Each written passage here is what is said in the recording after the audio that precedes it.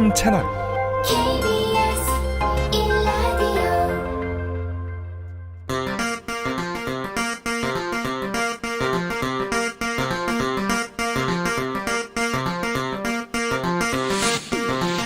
주진우 라이브.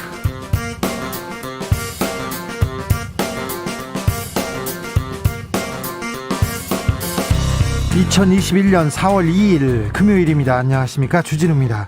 재보궐선거 사전투표가 시작됐습니다. 박영선 서울시장 후보는 정직한 미래 투표해달라면서 사전투표를 마쳤습니다. 오세훈 후보는 내일 사전투표를 하겠다고 밝혔습니다. 김영춘, 박형준 후보 모두 부산시장 후보들은 사전투표를 마치면서 투표를 독려했습니다. 여야 모두 사전투표에 사활을 걸고 있는데요. 사전투표율, 그리고 투표율이 선거에 미치는 영향, 그리고 선거의 마지막 변수 여론조사 연구소 영앤웅에서 짚어보겠습니다. 원인이 무엇이든 민주당이 잘못했습니다. 한 번만 더 기회를 주십시오. 더불어민주당 지도부가 거듭 고개를 숙이고 있습니다. 이낙연 공동상임선대위원장, 이번에는 김태년 당대표 직무대행까지 사과했습니다. 부족함을 인정하고 초심을 찾겠다고 했는데요. 국민의힘은 진정성 없는 쇼라고 비난했습니다. 새롭게 거듭나겠다고 하는 더불어민주당 김태년 당대표 직무대행의 각오, 직접 들어보겠습니다. 날이 포근합니다. 봄꽃은 만발했습니다. 밖으로 거리로 뛰어나가고 싶으시죠? 하지만 코로나 상황이 심상치 않습니다. 사흘 연속 확진자 500명대, 주말에는 부활절인데요. 부활절 앞두고 사람들 모일까 더 걱정입니다. 현재 백신 접종은 착착 진행되고 있는데요. 앞으로 백신 수급과 현재 접종 상황 질병관리청 담당자에게 직접 물어보겠습니다. 나비처럼 날아 벌처럼 쏜다. 여기는 주진우 라이브입니다.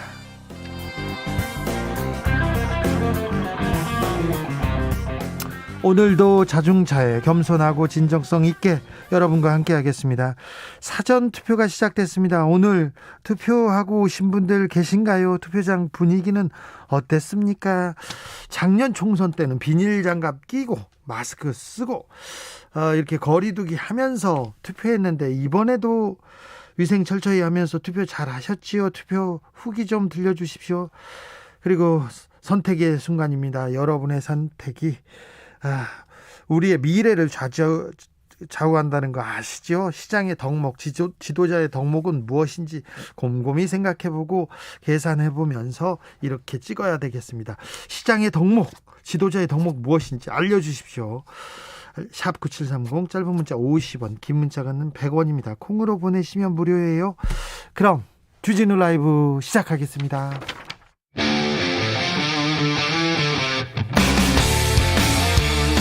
탐사보도 외길 인생 20년. 주 기자가 제일 싫어하는 것은?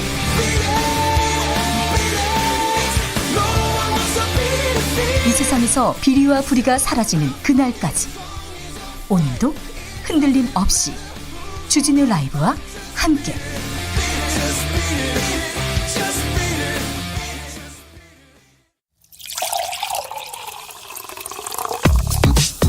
진짜 중요한 뉴스만 쭉 뽑아냈습니다. 줄 라이브가 뽑은 오늘의 뉴스 주스.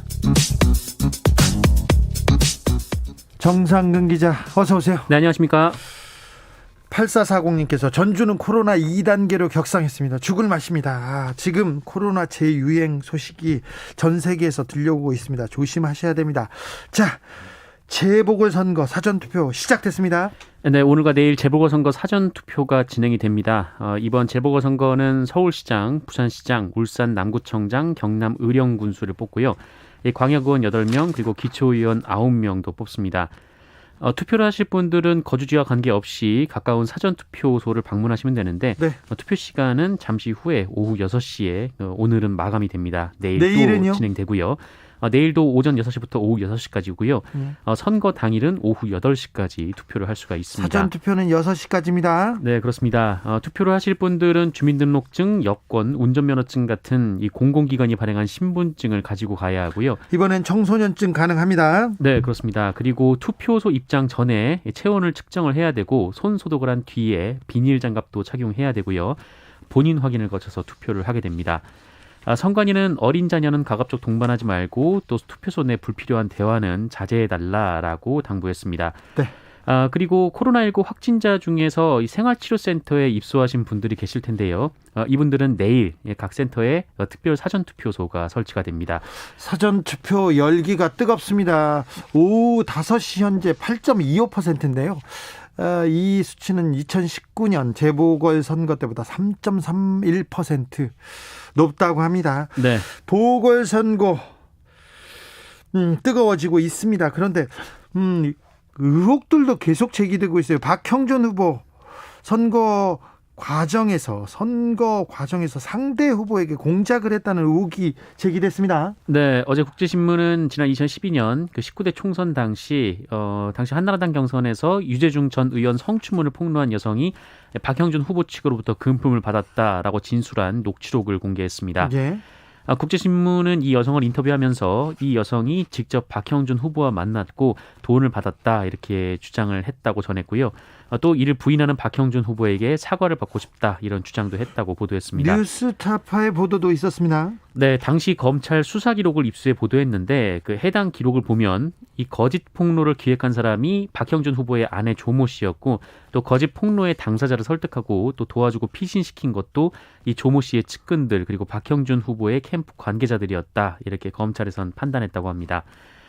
이에 민주당 부산시당은 이 사건 판결문에 따르면 박형준 후보 선거 관계자들이 상대 후보를 비방했다는 혐의 등으로 처벌을 받았다라면서 박형준 후보가 선거 관계자는 물론 여성을 돈으로 매수해 선거 공작을 벌였다는 의혹이 짙어진다 이렇게 주장을 했고요. 예. 박형준 후보 측은 제보자의 일방적 허위 폭로 주장을 기사화했다라면서 새빨간 거짓말 이렇게 주장을 했습니다. 그리고 제보자의 기억과 말이 오락가락한다면서 참으로 어설픈 공작이고 거짓 증언으로 과거 유죄 판결을 받은 사람의 주장을 일방적으로 아무 검증 없이 보도했다라고 반박했습니다. 성추문을 폭로한 여성이 박형준 후보 측으로부터 금품을 받았다. 이 의혹은 이번 선거가 아니라요. 과거 2012년 총선 당시 한나라당 경선 당시 있었던 일이었습니다. 오세훈 후보 내곡동 땅 관련해서 또 의혹이 추가됐습니다. 네, 이 내곡동 땅 관련해서 오세훈 후보의 해명이 또 거짓 논란에 휩싸였습니다. 오세훈 후보는 내곡동 측량 당시 이 자신이 아닌 땅 주인인 자신의 처남이 그러니까 경희대 송모 교수인데요. 네. 이 경희대 송모 교수가 현장에서 참관을 했다라고 주장을 했었습니다. 네. 그런데 그 후 온라인에서 이 송모 교수가 측량 당일 그러니까 오후 1시 반부터 5시까지 이 경희의료원에서 열린 행사에 참석했다 이런 주장이 제기가 됐었습니다. 사진도 나왔죠? 네, 그러자 오세훈 후보 측은 오후 행사에는 측량 때문에 참가하지 못했고 저녁에 감사패 수여식에만 참석을 해서 사진을 찍은 것이다 이렇게 해명을 했었는데 그런데 어제 KBS는 이 해명도 사실과 다르다라고 보도를 했습니다. 네.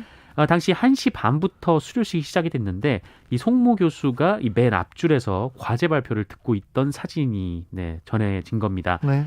그리고 수료증 수여식 때도 여러 장 찍힌 사진이 또 보도가 됐습니다. 이 부분에 대해서 그러면 행사 시작부터 있었던 것으로 보이는데요. 오세훈 후보 측에서는 이 부분에 대해서 뭐라고 합니까? 네, 처음부터 행사에 간 것이 아니다. 중간에 합류했다라고 기존 입장을 계속 유지했습니다. 네. 그렇군요. 네. 사진이 나왔는데 민주당 후보들에 대한 의혹도 있습니까? 네, 국민의힘은 민주당 측이 허위 사실을 막무가내식으로 폭로하고 있다 이렇게 주장을 하고 있습니다. 네. 박형준 후보는 어제 JTBC와 인터뷰를 했는데요. 이 민주당이 의혹 제기가 굉장히 산발적이고 또 정확하지 않다라면서 이 민주당에서 고발한 사안들 가운데는 다른 사람 소유의 집을 마치 본인의 집으로 알고 고발을 하기도 했다 이렇게 비판을 했습니다. 네. 오세훈 후보는 연이어 정부 여당의 부동산 정책을 비판하고 있는데요. 오세훈 후보는 민주당이 부동산 정책에 대해 사과를 했지만 선거가 끝나고도 그렇게 할지 지켜봐야 할 것이다 라며 이 내곡동 문제는 아주 본질적이지 않은 몇십 년 전의 일로 그것을 끄집어냈다라고 반박했습니다. 2989님께서 저는 역시 투표는 본방 선거 당일에 투표하려고 합니다. 연차 냈어요. 투표 잘합시다 여러분, 이렇게 얘기하셨습니다. 9191님께서는 김대중 대통령 어록에 돈을 벌려면 사업을 하라. 시장님은 시민의 발을 주물러주는 자세로, 낮은 곳에 임하는 섬김의 자세로, 그리고 선거운동 할 때의 자세로 이렇게 임해달라는 문자 보내주셨습니다.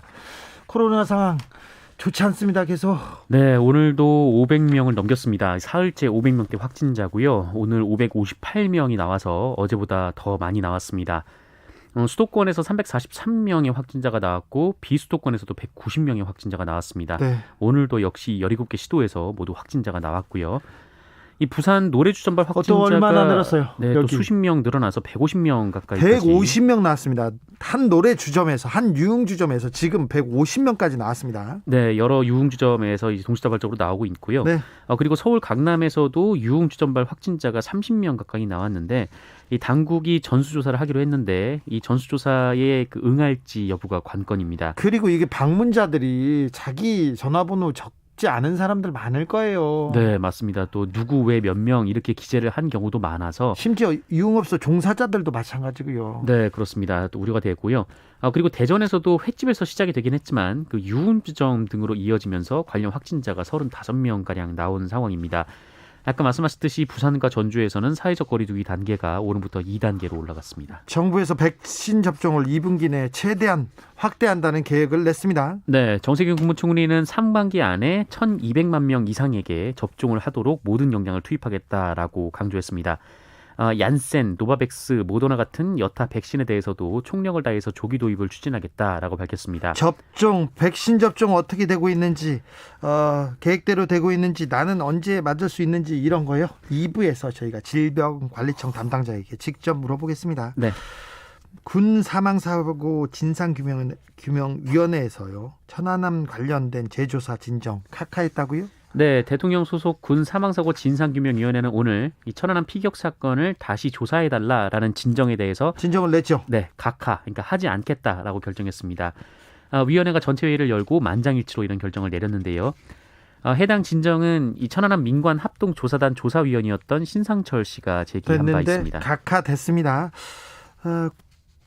검찰이 범인으로부터 비트코인을 압수했어요. 그런데 그 비트코인 가격이 크게 올라서 엄청나게 올랐다면서요? 네, 이 검찰이 지난 2017년 이 국내 음란 사이트 운영자를 검거하면서 이 당시 그로부터 2억 7천만 원어치의 비트코인을 몰수한 바 있습니다. 네. 이 음란 사이트 운영자가 사이트 이용요금 그리고 광고료를 비트코인으로 받았기 때문인데요. 이 범죄 수익을 몰수한 건데 당시 비트코인이 한 191개 정도 됐습니다. 네. 그런데 범죄 수익 은닉 규제법에 따라서 이 재산적 가치가 있는 유무형의 재산을 몰수할 수 있는데 이 당시에는 비트코인이 재산으로 볼 것인지 이에 대한 규정이 없었습니다. 그리고 가격도 좀 낮았죠. 네, 뭐 기술 변화에 법이 따라가지 못했던 상황이었는데 그런데 이후 국회에서 가상화폐도 자산으로 인정하는 법률이 통과가 됐고, 일단 법이 통과됐고요. 네, 지난달 이 법이 시행이 되면서 검찰이 몰수한 비트코인을 팔 수가 있었습니다. 네, 팔았습니까? 팔았는데요. 네. 이 4년 동안 비트코인 가격이 45배나 폭등을 해서요. 이 네. 국고에 환수된 돈이 122억 9천만 원이 됐습니다. 네. 가상화폐가 재산으로 인정돼서 몰수가 완료된 첫 사례가 됐는데 이 비트코인 열풍 때문에 이 뜻밖의 국고 수익을 거두게 된 셈입니다. 그런데 정상근 기자 얘기를 잘 따져보면 법을 국회에서 만들었기 때문에 국고로 지금 환수할 수 있었잖아요. 네네. 국회가 그렇게 중요합니다. 국회가. 네. 공수처가 이성윤 서울지검장을 상대조사했다, 이런 주장이 제기됐습니다. 네, 이성윤 서울중앙지검장은 김학의 전 법무부 차관이 몰래 출국하려 했을 때 이 출국 금지를 내리는 과정에서 위법 사항이 발생했다고 보고 네. 안양지청이 수사를 착수하려고 했는데 외압을 검찰에서 행사했다. 수사 열심히 했죠. 네, 의혹을 받고 있습니다. 공수처에서 이 사건을 이첩받아 수사를 했는데요. 이성윤 중앙지검장과 만났는데 그때 당시에 이성윤 지검장이 김진호 공수처장의 차를 타고 공수처로 왔다라는 기록이 CCTV 화면이 공개가 됐습니다. 이에 대해서 은밀하게 특혜 조사했다, 이런 주장이 제기되고 있는데 공수처 측은 보안상 문제로 이렇게 했다라고 해명을 했습니다. 어린이집에서 여아가 숨진 사건이 발생했는데 학대 정황이 또 포착됐습니다. 네, 대전의 한 어린이집에서 21개월 된 여자아이가 숨진 사건이 벌어졌는데요. 이를 수사 중인 경찰이 원장의 학대 정황을 발견했습니다. 지난달 30일 오후 1시쯤 이 생후 21개월 된 아이의 몸 위에 이 원장이 발을 올려서 꼼짝하지도 못하게 했습니다. 아이가 엎드린 상태에서 이 행위가 10여 분간 지속됐는데 21개월 된 아이한테요? 네, 질식했을 가능성이 있는 것이죠. 원장이 아이가 움직이지 않는 것을 보고 잠을 자는 것으로 판단해서 방을 나갔다가 1시간 뒤에 돌아왔더니 아이가 숨을 쉬지 않는 것을 확인하고 119에 신고를 했습니다. 그런데 이 원장이 이전에도 똑같은 방식으로 이 아이를 재우는 장면이 포착이 됐고요. 이 다른 원생은 아예 몸으로 눌러서 잠을 재우는 좀 그런 부분이 있었습니다. 이거 학대고 폭력입니다. 네, 해당 어린이집 원생 전체에 대해서 경찰이 아동학대 피해 여부를 파악 중에 있는데요. 원장은 재우려고 한 것이지 학대한 게 아니다라는 취지로 혐의를 부인했다고 합니다. 발로 밟는 게 재우려는 건가요? 학대가 분명하죠. 네, 원장님 발로 밟는 게 잠자라고 하는 건가요? 누가 원장님한테 원장님을 발로 밟으면서 자 이렇게 하면 어찌하시겠습니까? 참 안타까운 일이 또 벌어졌습니다. 미얀마 군경에 지금 피해가 계속되고 있습니다. 그런데 신한은행 현지 통근버스에 총을 난사했다고요. 미얀마 군경이. 네, 그제 오후에 벌어진 일인데요. 네. 신한은행 통근 차량 운전자가 차를 세우라는 명령에 따르지 않자 미얀마 군부가 이 차량을 향해 총을 난사했습니다. 이로 인해서 신한은행에서 일하는 그 미얀마인 여성 직원이 총을 머리에 맞고 병원으로 옮겨졌는데요. 숨졌다는 소식이 조금 전부터 전해지고 있습니다. 아이고. 현재 해당 지점은 임시 폐쇄가 됐는데요. 우리 외교부는 중요 업무가 없는 미얀마 내 교민들은 귀국할 것을 적극 요청하기도 했습니다. 이 미얀마 군부가 병원까지 와서 난동을 피우고 있다라는 소식이 전해지고 있는데요. 병원을 급습해서 직원들을 폭행하고 의사들을 위협하거나 환자 병동을 수색하고 있다라고 합니다. 한편 이 미얀마의 민주진영은 이 군부 독재에 대항하기 위해서 국민통합정부를 출범시켰고요. 이 소수민족 권익 보장 등도 담은 과도헌법, 연방 민주주의 헌장을 선포하기도 했습니다. 내전이 일어날 가능성도 있다는 보도도 나오는데요. 미얀마에 빨리 이런 폭력이 사그러들길, 평화가 오길 빌겠습니다. 아동 성범죄자 조두순이 외출해가지고 소주를 사가지고 갔다, 소주 한 박스 샀다, 이런 언론 보도가 있었는데 네. 사실이 아니라고요? 보도가 많이 나왔습니다. 네. 이게 한 커뮤니티에 아동 성범죄자 조두순이 마트에서 목격됐다라는 글이 올라왔는데 커뮤니티야 착각하시는 분들도 있고 하나하나 거르기도 어려운 부분이긴 한데 네. 이 문제는 그 게시물을 언론이 그냥 보도했다라는 겁니다. 그대로요. 사진이 네. 나왔습니까? 네, 사진이 있었습니다. 사진이 있었는데 해당 사진은 부부로 추정되는 두 분이 이 마트 카트를 끌고 있는 내용인데요. 네. 이를 두고 서울신문에서 이 소주, 전자발찌, 실시간 마트에 조두순 떴다. 현장 이런 제목의 기사를 썼습니다. 지금 기사로도 좀 부적절하게 지금 제목을 달기는 했는데요. 네, 본인이 현장에 가지도 않았는데 현장이란 제목을 달았고요. 예. 이 서울신문은 작성자는 전자발찌가 보인다라고 설명했다 이렇게 주장을 했고 또 카트 안에 술을 지적하면서 교도소 출소 이후에 술을 달고 사는 거 보니 정신을 덜 차렸나 보다 이렇게 작성자가 비판했다고 또 보도하기도 했습니다. 예.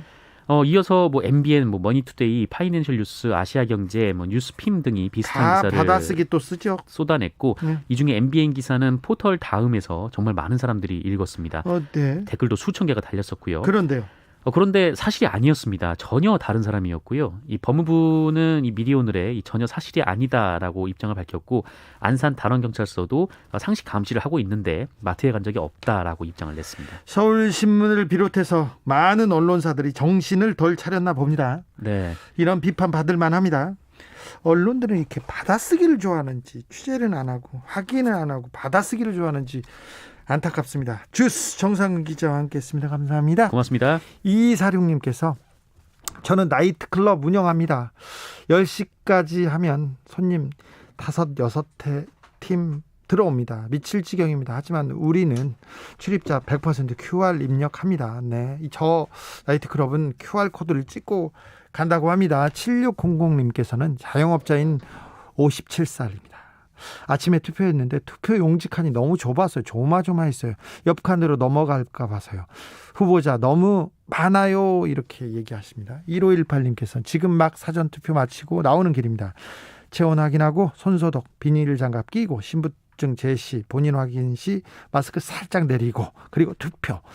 소중하고 귀한 권리 잘 행사했습니다.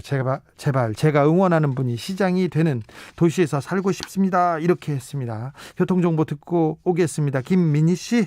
금요일인 만큼 낮 시간 정체가 심했는데요. 여기에 이른 퇴근 정체까지 시작되면서 곳곳으로 정체 매우 심합니다. 경부고속도로 서울 방면 정체 모두 40km나 되는데요. 안성분기점에서 동탄분기점 사이와 기흥동탄에서 신갈분기점 부근, 다시 서울요금소에서 판교분기점 사이와 더 가서는 달래내곡에부터 한남 사이로 정체 심합니다. 중부고속도로 역시 하남 방면 정체가 길어졌는데요. 일죽에서 남이천 사이를 시작으로 광주분기점에서 중부 1터널 사이와 또 동서울요금소에서 하남분기점 사이로 모두 21km 구간에서 정체입니다. 반대 남이 쪽으로도 진천에서 진천터널 사이로 더디게 지납니다.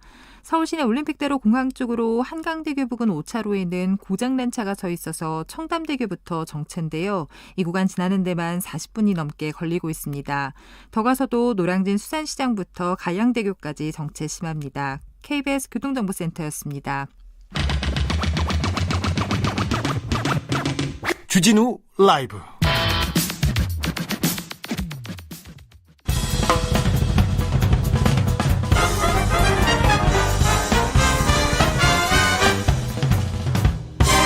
훅 인터뷰. 모두를 위한, 모두를 향한, 모두의 궁금증 훅 인터뷰.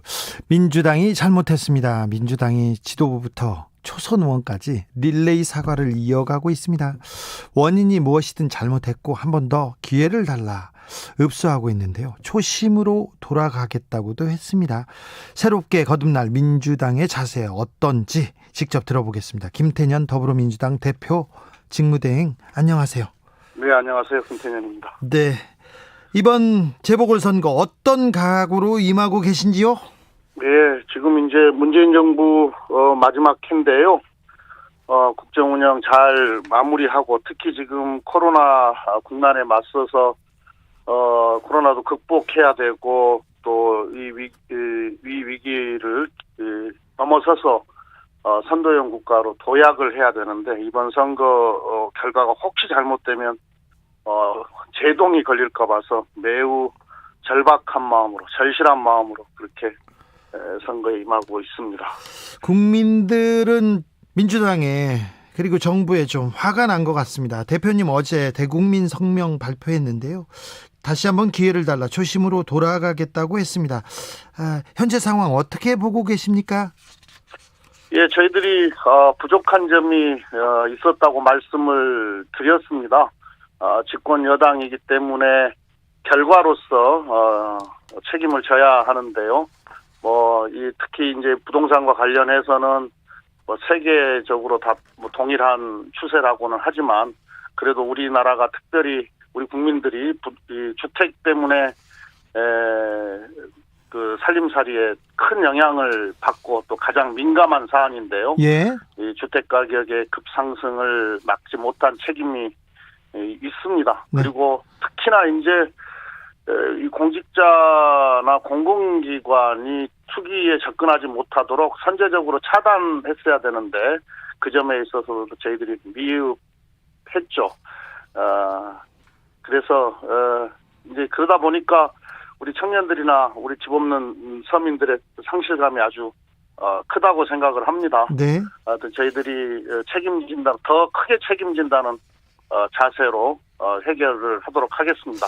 20대, 30대 진보 진영에게 굉장히 큰 우군이 되던 20대, 30대 젊은 층에서 기회의 사다리가 좀 끊어졌다고 조금 민주당에 대해서 계속 그런 서운함을 보내는 것 같습니다. 그런데 지금 지지율 변화 보면 굉장히 큰 폭으로 떨어져 있던데 지금 현재 여권의 지지율은 올라가고 있습니까? 하락하고 있습니까? 어떻게 보고 계십니까? 예, 방금 이제 우리 20, 30대 청년들과 관련해서 말씀을 주셨는데요. 네. 여러 가지로 집값이나 여러 가지 이 요인으로 인해서 저희 민주당에 이제 애초에 기대했던 것만큼 저희가 기대에 충족시켜드리지 못했기 때문에 네. 실망을 하고 또 이게 지지율로 반영되고 있다고 보는데요. 네.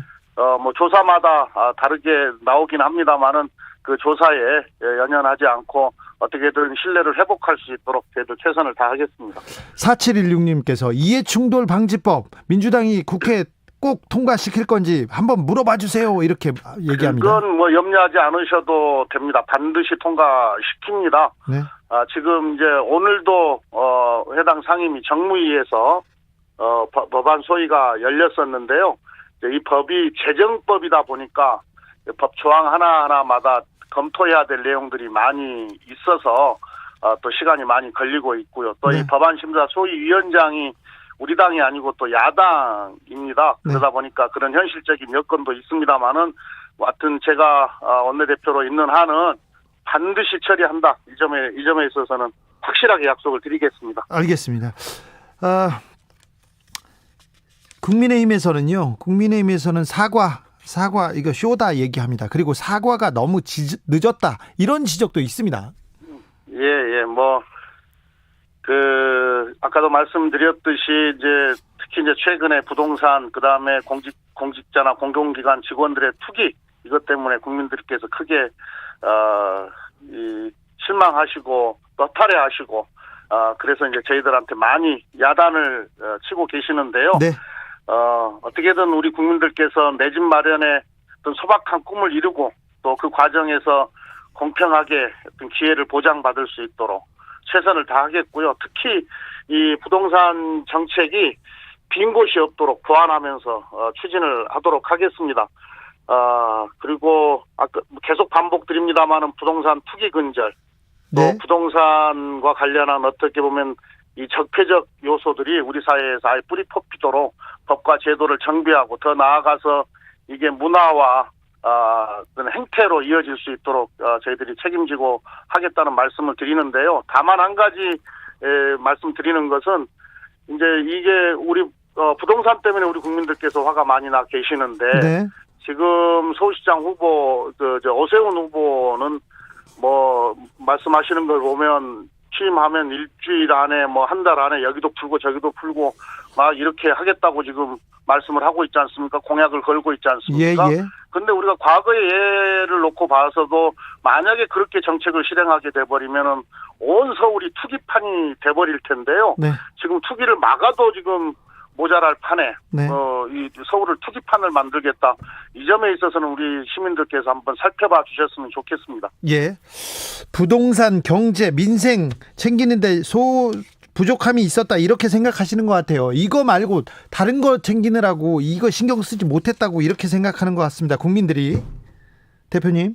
어떤 부동산, 경제 잘 못 챙겼다고 생각하는 것 같아요. 경제 전반과 관련해서는 저희들이 할 얘기가 좀 있지 않습니까? 지금 이 코로나 위기 와중에서도 다른 나라하고 비교해 봤을 때 수출이나 또는 설비 투자나 이런 건 양호하지 않습니까? 네. 네, 다만 이제 코로나 한 가운데 있기 때문에 내수가 좀 위축돼서 전반적으로 경제가 우리 서민들 경제는 좀 어려움이 있습니다만은 네. 그래도 OECD 국가 중에서 경제 성장률 1, 2위를 다투고 있고 또 얼마 전에 IMF에서는 올해 경제 성장률을 상향 조정까지 하면서 우리 경제에 대해서 이게 괜찮다 이렇게 평가를 하고 있는데 예. 요 부동산 문제가 예. 어쨌든 결과적으로 우리 국민들께 크게 허탈감을 준 거기 때문에 죄송하다는 말씀을 드리는 겁니다. 네. 0505님께서 민주당 지지자였습니다. 그런데 읍소 아니라 발버둥 쳐도 이제는 끝난 것 같습니다. 콩으로 매주를 쓴데도 이제 믿을 수가 없네요. 이렇게 얘기하세요.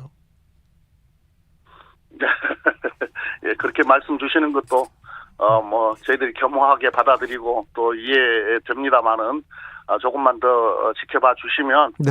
저희들이 지금 특히 최근에 와서 하고 있는 약속들은 네. 반드시 지킨다. 이 말씀을 드립니다.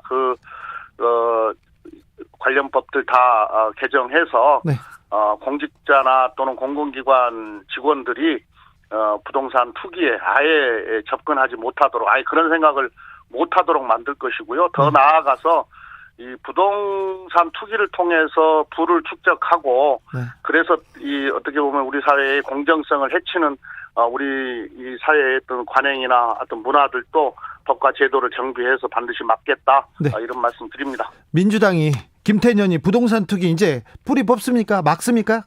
네, 네, 그래 의지는 확고합니다. 선거 결과 상관없이 이번 선거 끝나면 민주당의 달라지는 모습 국민들이 지켜볼 수 있습니까? 네.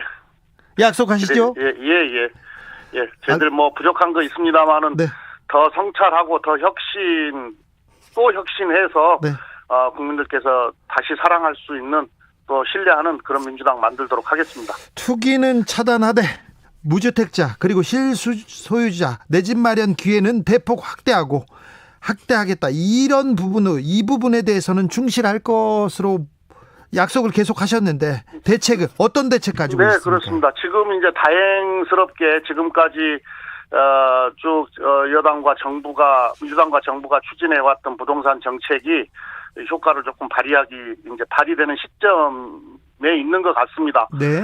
주택 가격 상승도 지금 이제 최근에 와서는 안정이 되어 가고 있고요. 또 그러다 보니까 전셋값 안정도 함께 지금 따라오고 있는데요. 네.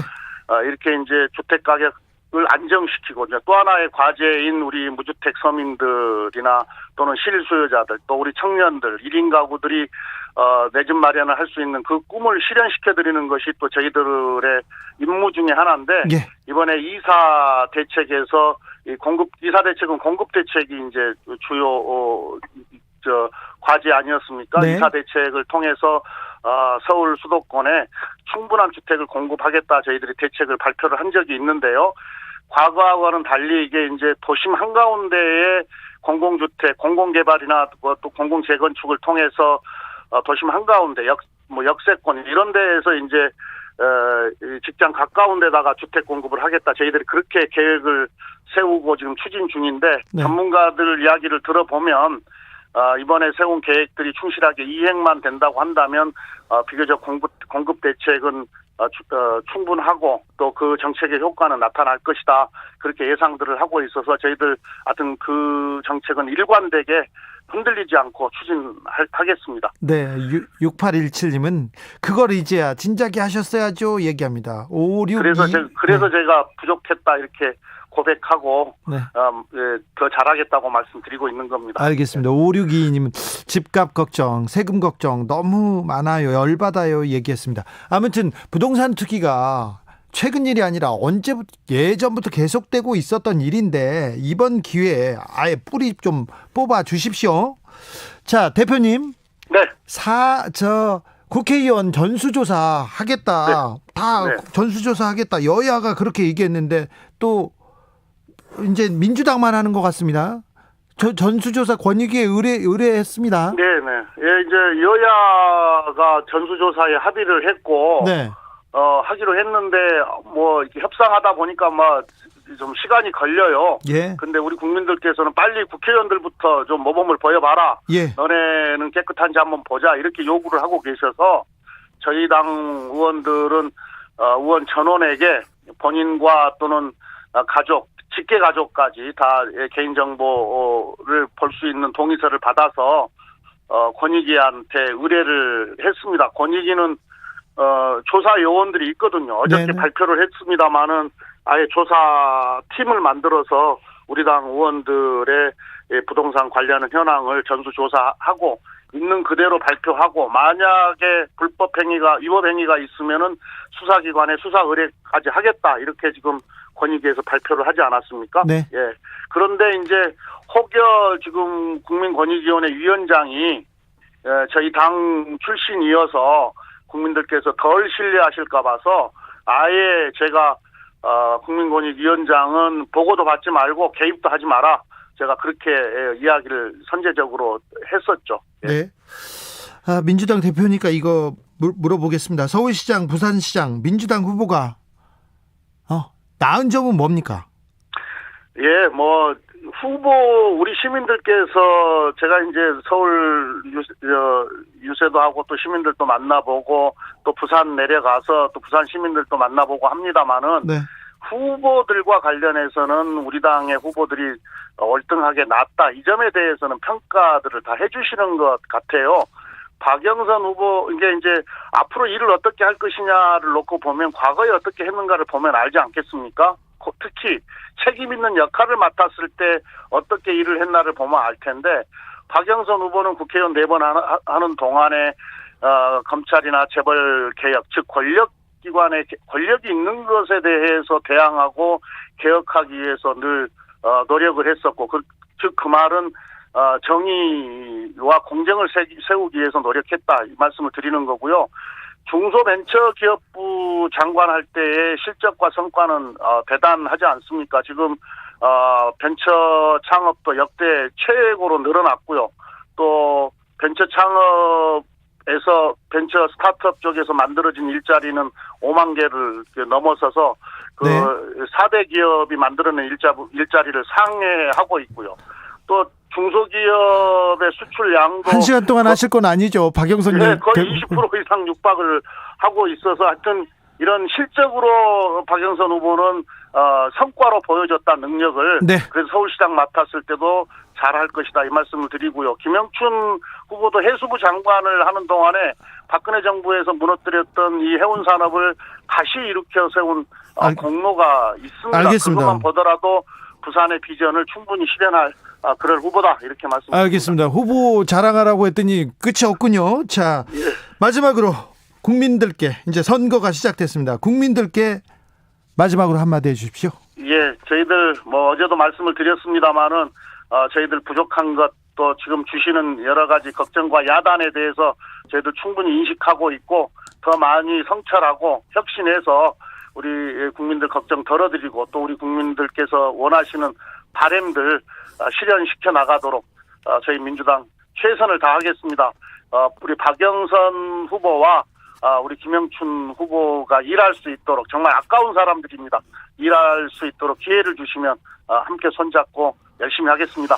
대표님, 부동산 투기는 꼭 뿌리 뽑아 주십시오.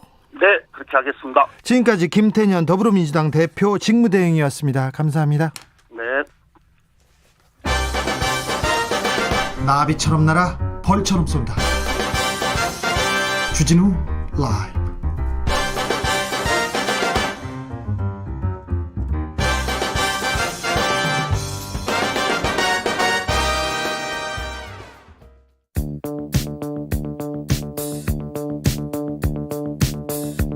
쏟아지는 여론조사, 그 숫자 속에, 그 결과 속에 숨어있는 진실과 거짓을 읽어본다. 대한민국 민심 싱크탱크 여론조사연구소 영앤웅. 사전투표가 시작됐습니다. 지금 여론의 향방, 민심의 향배는 어디로 가고 있을까요? 집중 탐구, 집중 분석해 보겠습니다. 민심은 데이터다, 민심은 과학이다. 여론조사 읽어주는 남자, 오피니언 라이브 윤희용 센터장, 어서 오세요. 네, 안녕하십니까. 민심은 하늘이다. 촉과 감으로 분석한다. 시사평론가 최영일 씨 오셨습니다. 네, 옵니다. 감이 오셨어요? 오고 있습니다. 네. 안녕하십니까? 네, 알겠습니다. 자, 사전 투표가 시작됐습니다. 이 여론조사 말씀하시면 안 되는 거 두 분은 잘 알고 계시죠? 네네. 네. 자, 여야 모두 사전 투표를 해달라. 사전 투표가 관건이다, 이렇게 외치고 있습니다. 사실 사전 투표가 진보 진영에게 유리하다는 게 정치판의 정설이었는데 좀 꼭 그렇지도 않은 것 네, 같습니다. 맞습니다. 최영일 평론가님. 요거 정설이 언제까지냐면요. 2000년대 초반까지예요. 2000년대 초반이요? 네네, 이거 옛날 정설이에요. 그래서 그래요? 2012년 대선 이후 네. 깨졌다. 깨졌어요? 예, 유불리를 따질 수 없다. 네. 그때 케바케, 케이스 바이 케이스가 됐다. 이렇게 네. 보시는 게 맞습니다. 네, 요즘 이제 투표를 중요하다고 생각합니다. 왜냐하면 이제 투표율이 높으면 진보 진영에 유리하고 낮으면 보수 진영에 유리한다, 이런 얘기 있었잖아요. 예전에는 그래서 투표를 막으려고 맞아요. 터널 디도스, 맞아요. 그리고 선관위 홈페이지를, 그때 여당이었죠. 먹통이 되게 만들어서. 그 여당이었죠. 네. 그 당시 여당이 그 디도스를 공격하고 그랬어요. 네, 그래서 이제 투표소가 복잡한데 못 찾게. 네. 그때는 주소지로 가야 되니까. 네. 그런데 이제 그래서 투표율이 높았는데 당시 대선에 박근혜 후보가 당선된 적이 있었어요. 그렇죠. 네, 맞아요. 그래서 그때 이후로 이제 이 명제는 끝났다라고 하는 게 2012년. 있었는데, 네. 근데 어떤 용제가 정말로 이제 깨지려고 한다, 그것이 거짓이다라고 하면 그 역의 현상도 발생해야 되는 거예요. 뭐냐면 투표율이 현저하게 낮았는데 진보 진영이 승리를 해야 되는 거예요. 네, 네. 그 사례는 아직 없는 거예요. 그렇기 때문에 저는 아직 이제 유효한 명제다라고 봤고 아하. 그래서 지금 이제 사전 투표하고 있는데 지금 이제 어쨌든 진보 성향층 같은 경우는 사전 투표 이용률이 높을 수밖에 없잖아요. 네. 실제 의향도 높고 네. 과거 선거에도 보면 사전 투표에서 이제 여당 지지층 지지율이 높게 나왔어요. 젊은 층이었어요. 네, 왜냐하면 직장인들이니까 이제 휴일에 만약에 휴일이 아니다 본선거일이 그러면은 사전 투표율이 더 높을 수밖에 없는 상황이기 때문에 이번에 사전 투표율에서 과연 투표율이 얼마나 높은지 여부가 왜냐하면 지금 여권 지지층들이 마지막 최종 결집을 좀 해서 격차를 좁힐 수 있냐가 관건이기 때문에 여전히 사전 투표율에서 이제 내일 휴일인데 얼마만큼 높게 나오는지 여부가 매우 중요한 이제 관건이다. 근데 볼 수 이게 있습니다. 지금 여기서 이제 윤 센터장님에게 제가 반항하는 건 아니고요. 네, 하셔도 제가 늘 됩니다. 존경하고 있는 해요. 거죠. 해 괜찮아요. 이 일반 네. 여론조사의 지금 룰이 말씀해 주신 게 가장 일반적인 토대였어요. 네. 근데 그 이번 선거에서 깨지고 있는 게 자, 이제 지금 이 블랙아웃으로 들어가기 전 네. 3월 31일까지 발표됐던 여론조사들의 대부분이 세대별로 보면 여당이 다 불리한 거예요. 네. 그러니까 2030도 뭐 등 돌렸다. 네. 뭐 2030도 이번에는 보수화됐다. 40대도 예. 버렸다. 막 그런 기사 쏟아졌습니다. 40대가 유일한 지지 기반이었는데 그것도 팽팽하다. 네. 혹은 뭐 살짝 지금 야권으로 넘어갔다. 뭐 여러 가지 얘기들이 나오고 있어서 지금 일단 여당의 입장에서는 세대에 기댈 수가 없다. 전 세대에서 불리하다라고 전제하고 남은 기간 싸우는 게 중요하고요. 그래서 박영선 후보가 지금 이제 20대 청년층을 위한 공약들을 최근에도 내고 있는 거거든요. 마음을 한번 다시 돌려보기 위한 노력을 끝까지 경주하고 있는 거죠. 그런 측면에서 저는 이 세대론으로 봤을 때 젊은 층이 많이 가는 게 이번에 그럼 진보? 여당에게 유리할 것인가? 요거 좀 물음표를 던지고 시작하자. 맞습니다. 이런 얘기를 드리고 싶고요. 어떻습니까? 네, 그래서 이제 야당에서 왜 이번에 지난번에 이제 사전 투표에 문제 있다라고 했는데 이번에 사전 투표 참여 적극적으로 해야 된다라고 아니, 얘기를 하는 이유는 얼마 전까지만 해도 네. 선거 부정 얘기하고 사전투표 조작설 계속 얘기했지 않습니까? 그 국민의힘 진영에서. 네. 근데 이번에 어쨌든 말씀하신 이제 그 이전에 여론조사 결과들을 봤을 때 이른바 이제 20대 또는 30대 젊은 층에서조차도 국민의힘 후보의 지지율이 높게 나오기 때문에 이 사람들은 평일에 치러지는 본선거일에 투표하기 어려우니까 이 흐름이 지금 여론조사에서 앞서 있는 흐름이 그대로 선거 결과로 나오기 위해서는 20, 30대들이 대거 투표장에 나가는 것이 자기들한테 불리하지 않다라는 그렇죠. 판단하에 지금 적극적으로 참여를 양당 모두 독려하는 있다. 묘한 상황이 되었다. 그래서 사전 투표는 항상 이 진보는 독려를 해왔는데 투표율을 높이기 위한 노력을 진보층은 여였든지 야였든지 항상 노력해 왔어요. 근데 이 보수층은 조금 달랐어요, 입장이. 네. 바로 지난해 4.15 총선만 보더라도 네. 이때 사전투표에 대해서 상당히 의구심을 표하거든요. 네. 그리고 이제 선거 이후에는 사전투표에서 너무 여당 측에 몰표가 쏟아졌다. 네. 그럼 조작 아니냐라는 의혹도 이제 일각에서 나왔었거든요. 네. 네. 근데 올해는 전혀 다르게 사전투표에 대한 뭐 불신 없습니다. 많이 가서 투표하라고 지금 독려하고 있어요. 그렇죠. 그래서 그렇다면 여야 모두 독려하고 있으니까 여느 이 지자체 장 재선거에 비해서는 전 투표율은 좀 전반적으로 오를 것으로 예상은 해봐요. 굉장히 높아요. 사전투표 첫날에 투표 종료 10여 분 남긴 현재 투표율이 8.3%를 넘어섰습니다. 네, 5시 현재 8.3이니까 그렇죠. 이제 6시에 마감이거든요. 그렇죠. 그러려면 이것은 9%는 확실히 넘어간다고 봐야 되는 그렇죠. 것이고 또 하나는 뭐냐 하면 금요일보다는 토요일이 더 높은 편. 당연히 그렇죠. 예, 그러니까 사실은 이것은 20%를 넘을 가능성이 있는 거예요. 사전 투표율이. 그럼 계산법이 좀 복잡해지겠는데요. 850만 명 가량 하는 선거 서울시 투표 인단이죠. 네네. 그런데 거기서 200만 표를 모으면 이길 거다 이렇게 그렇죠. 얘기했는데 서울은 지금 투표율이 8.68%를 넘어가고 있습니다. 그러니까 전체적으로 7.84%. 비교할 수 있는 지표를 말씀드리면 이제 10년 전 박원순 시장이 당선될 때의 이때 이제 오세훈 당시 서울시장이 직을 버리고 사퇴해서 재보선이죠. 이때가 48.6%예요. 네. 근데 뜨거웠어요. 예. 근데 이번에 50%를 넘긴다면 재보선으로선 상당한 열기다. 50%를 넘기면 누구한테 유리합니까?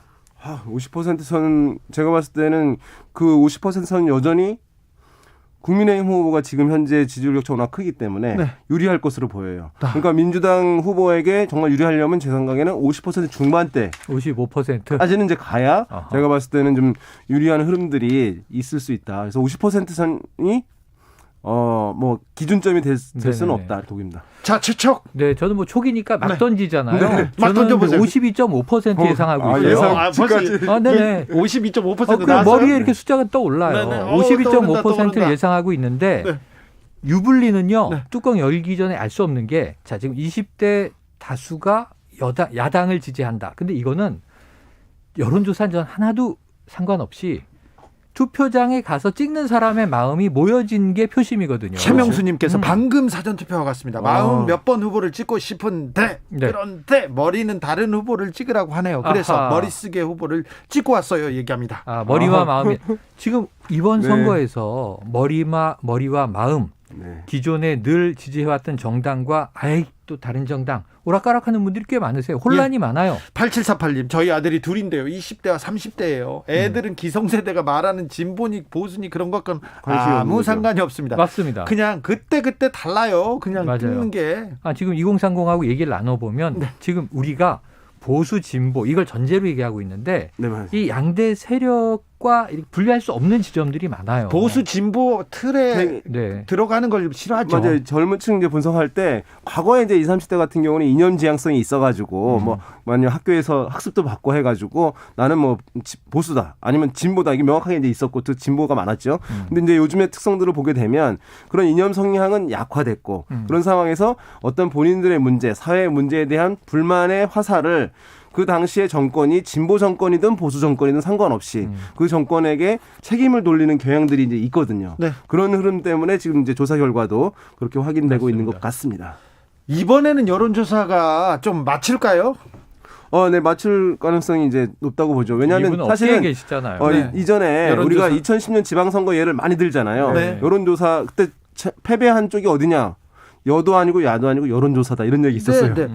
근데 당시에는 지난번 말씀드렸습니다만은 집전화 위주로 조사를 했기 때문에 이미 이제 50%도 안 됐던 거예요. 집전화 보유율이. 근데 센터장님 네. 그 이후에 미국에서 네, 트럼프 대통령 네. 대선 때 99%가 틀렸지 않습니까? 맞아요. 자, 우리가 이제 트럼프 사례하고 첫 번째 당선될 때 그다음에 브렉시트 얘기를 많이 하잖아요. 네. 여론조사랑 선거 결과 달랐다 이 얘기하잖아요. 그럼 샤이 트럼프가 있었니 뭐 샤이 브렉시트가 있었니 얘기하잖아요. 근데 사실은 본질적으로 뭐냐 하면 그 어느 진영의 투표 의지가 높았기 때문이에요. 뭐냐 하면 나 트럼프를 지지하는 사람들은 트럼프가 나의 일자리를 지켜줄 것이다. 또 브렉시트를 지지하는 사람은 브렉시트를 해야지 외국인 이민자들을 막고 내 일자리를 지켜줄 것이다라고 한 사람들은 투표장에 훨씬 더 많이 나간 거예요. 반대쪽은 여론에서는 그쪽이 더 높았지만 그러니까 브렉시트 해서는 안 된다는 쪽 또는 트럼프가 돼서는 안 된다는 쪽이 높았지만 이 사람들의 투표 의지는 약해서 덜 나간 거예요. 투표장에. 그렇죠. 그렇기 때문에 이 선거 결과와 여론조사는 항상 틀릴 가능성이 있어서 우리가 항상 얘기하는 것이 투표율이 중요한데 뭐 투표율이 중요하냐면 지지층의 투표율이 중요하다. 그러니까 어느 지지층에서 맞아요. 투표 의지가 끌어올려져서 더 네네. 많이 나가냐에 따라서 여론조사와는 다 다른 결과를 그래서 낳을 가능성은 여전히 저는 존재한다. 또 막 던져보겠습니다. 사전 투표율이 높을 것 같아요. 네. 네. 이번 이 재보선에서의 사전 투표는 전 야당에게 유리할 것으로 봐요.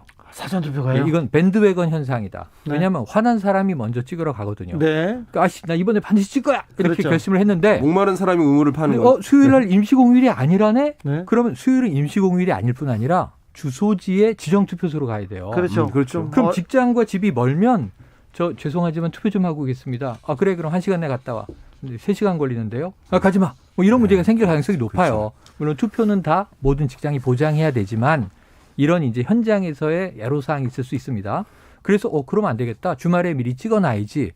화난 이 유권자들이 주로 사전투표에 몰릴 가능성이 있어서 이 밴드웨건이라고 보는 게 지지율이 지금 잘 나오고 있는 야권에 쏠림이 있을 수 있다. 근데 네. 문제는 그리고 나서 계속 이제 분석이 나올 텐데 지금 여당이 불리하다는 분석이 나올 거예요. 예. 그럼 여당 지지층 이게 이제 샤이 진보예요. 우리가 네. 얘기한 이번 선거 지금 명분도 없고 후보 안 냈어야 되는데 냈고 찍기도 여러 가지. 네. 마음이 안 가. 그렇죠. 그리고 또 뭔가 이 부동산 문제 좀 안정화되고 해결될까 했더니 내부에서 자책골이 계속 나와요. 네. 김상조 전 실장 지금 박주민 의원 얘기 계속 나와. 언론에서 계속 돌아가요.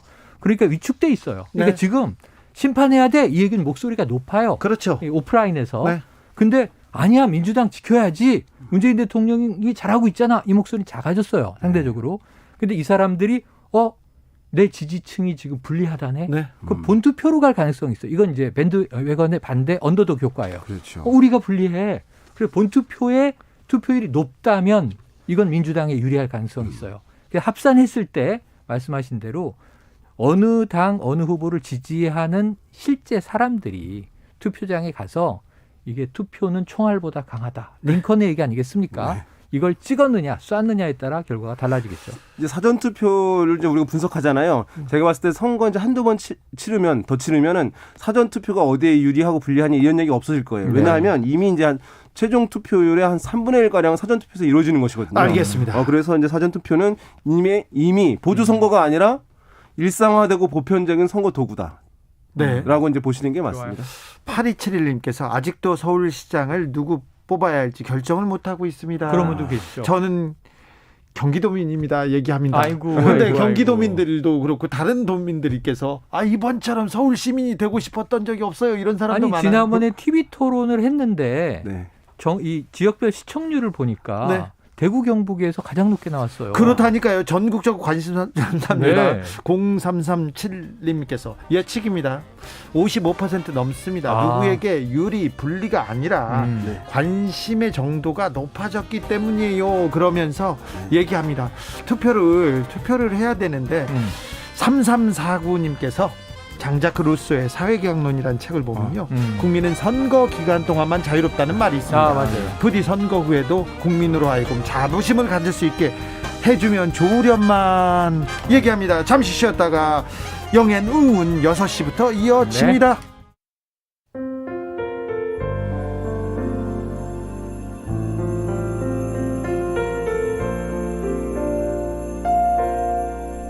KBS 라디오 연중기획 희망충전 대한민국 423번째 이야기. 안녕하세요. 아나운서 이연주입니다. 13살 동은이에게 작년 한 해는 유난히 힘들었던 해로 기억됩니다. 코로나19로 아빠가 일자리를 잃고 말았고 부쩍 다툼이 늘어난 부모님은 이혼을 하셨습니다. 그렇게 집을 나간 엄마가 그리워질 때쯤 동은이에겐 또 한 번의 충격이 찾아왔습니다.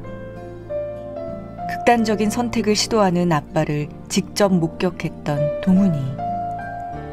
다행히 아빠는 목숨을 건졌지만 동은이는 여전히 두려움에 떨고 있습니다. 아파서 누워있는 아빠와 ADHD 진단을 받은 동생을 지켜주고 싶지만 아직 어린 동은이가 이 모든 걸 감당하기엔 너무 벅찹니다. 동은이가 모든 시름을 내려놓고 가족들과 행복한 꿈을 꾸며 살아갈 수 있도록 여러분의 따스한 응원이 필요합니다. 코로나19 여파로 사례자와 취재팀의 안전을 위해 사연으로 대신 전달합니다. 여러분의 따뜻한 손길이 희망의 빛이 됩니다. ARS 060-700-1580 060-700-1580 한 통화 3,000원으로 희망을 선물해주세요. KBS 라디오 연중기획 희망충전 대한민국은 초록우산 어린이재단, 인탑스 주식회사 그리고 청취자 여러분과 함께합니다. ARS 060-700-1580 한 통화 3,000원입니다.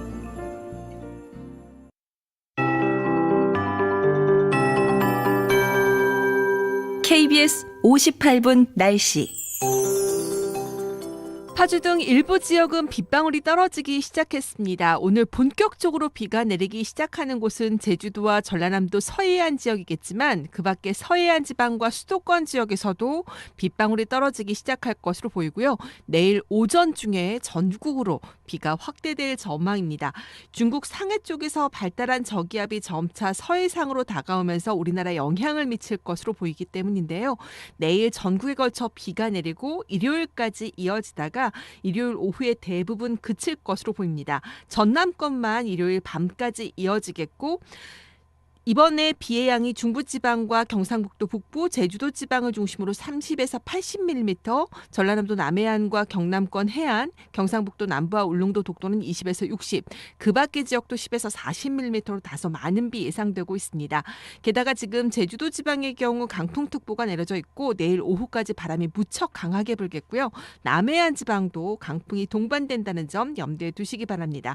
그리고 비가 내리기 때문에 내일은 차츰 기온이 떨어지겠고 일요일은 더욱 낮은 기온 탓에 강원도 산지는 비가 아닌 눈이 내려 쌓이는 곳도 있다는 점 미리 기억해 두시기 바랍니다.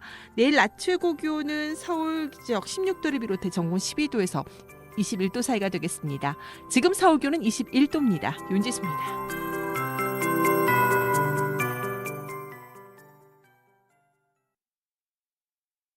정성을 다하는 국민의 방송 KBS가 6시를 알려드립니다.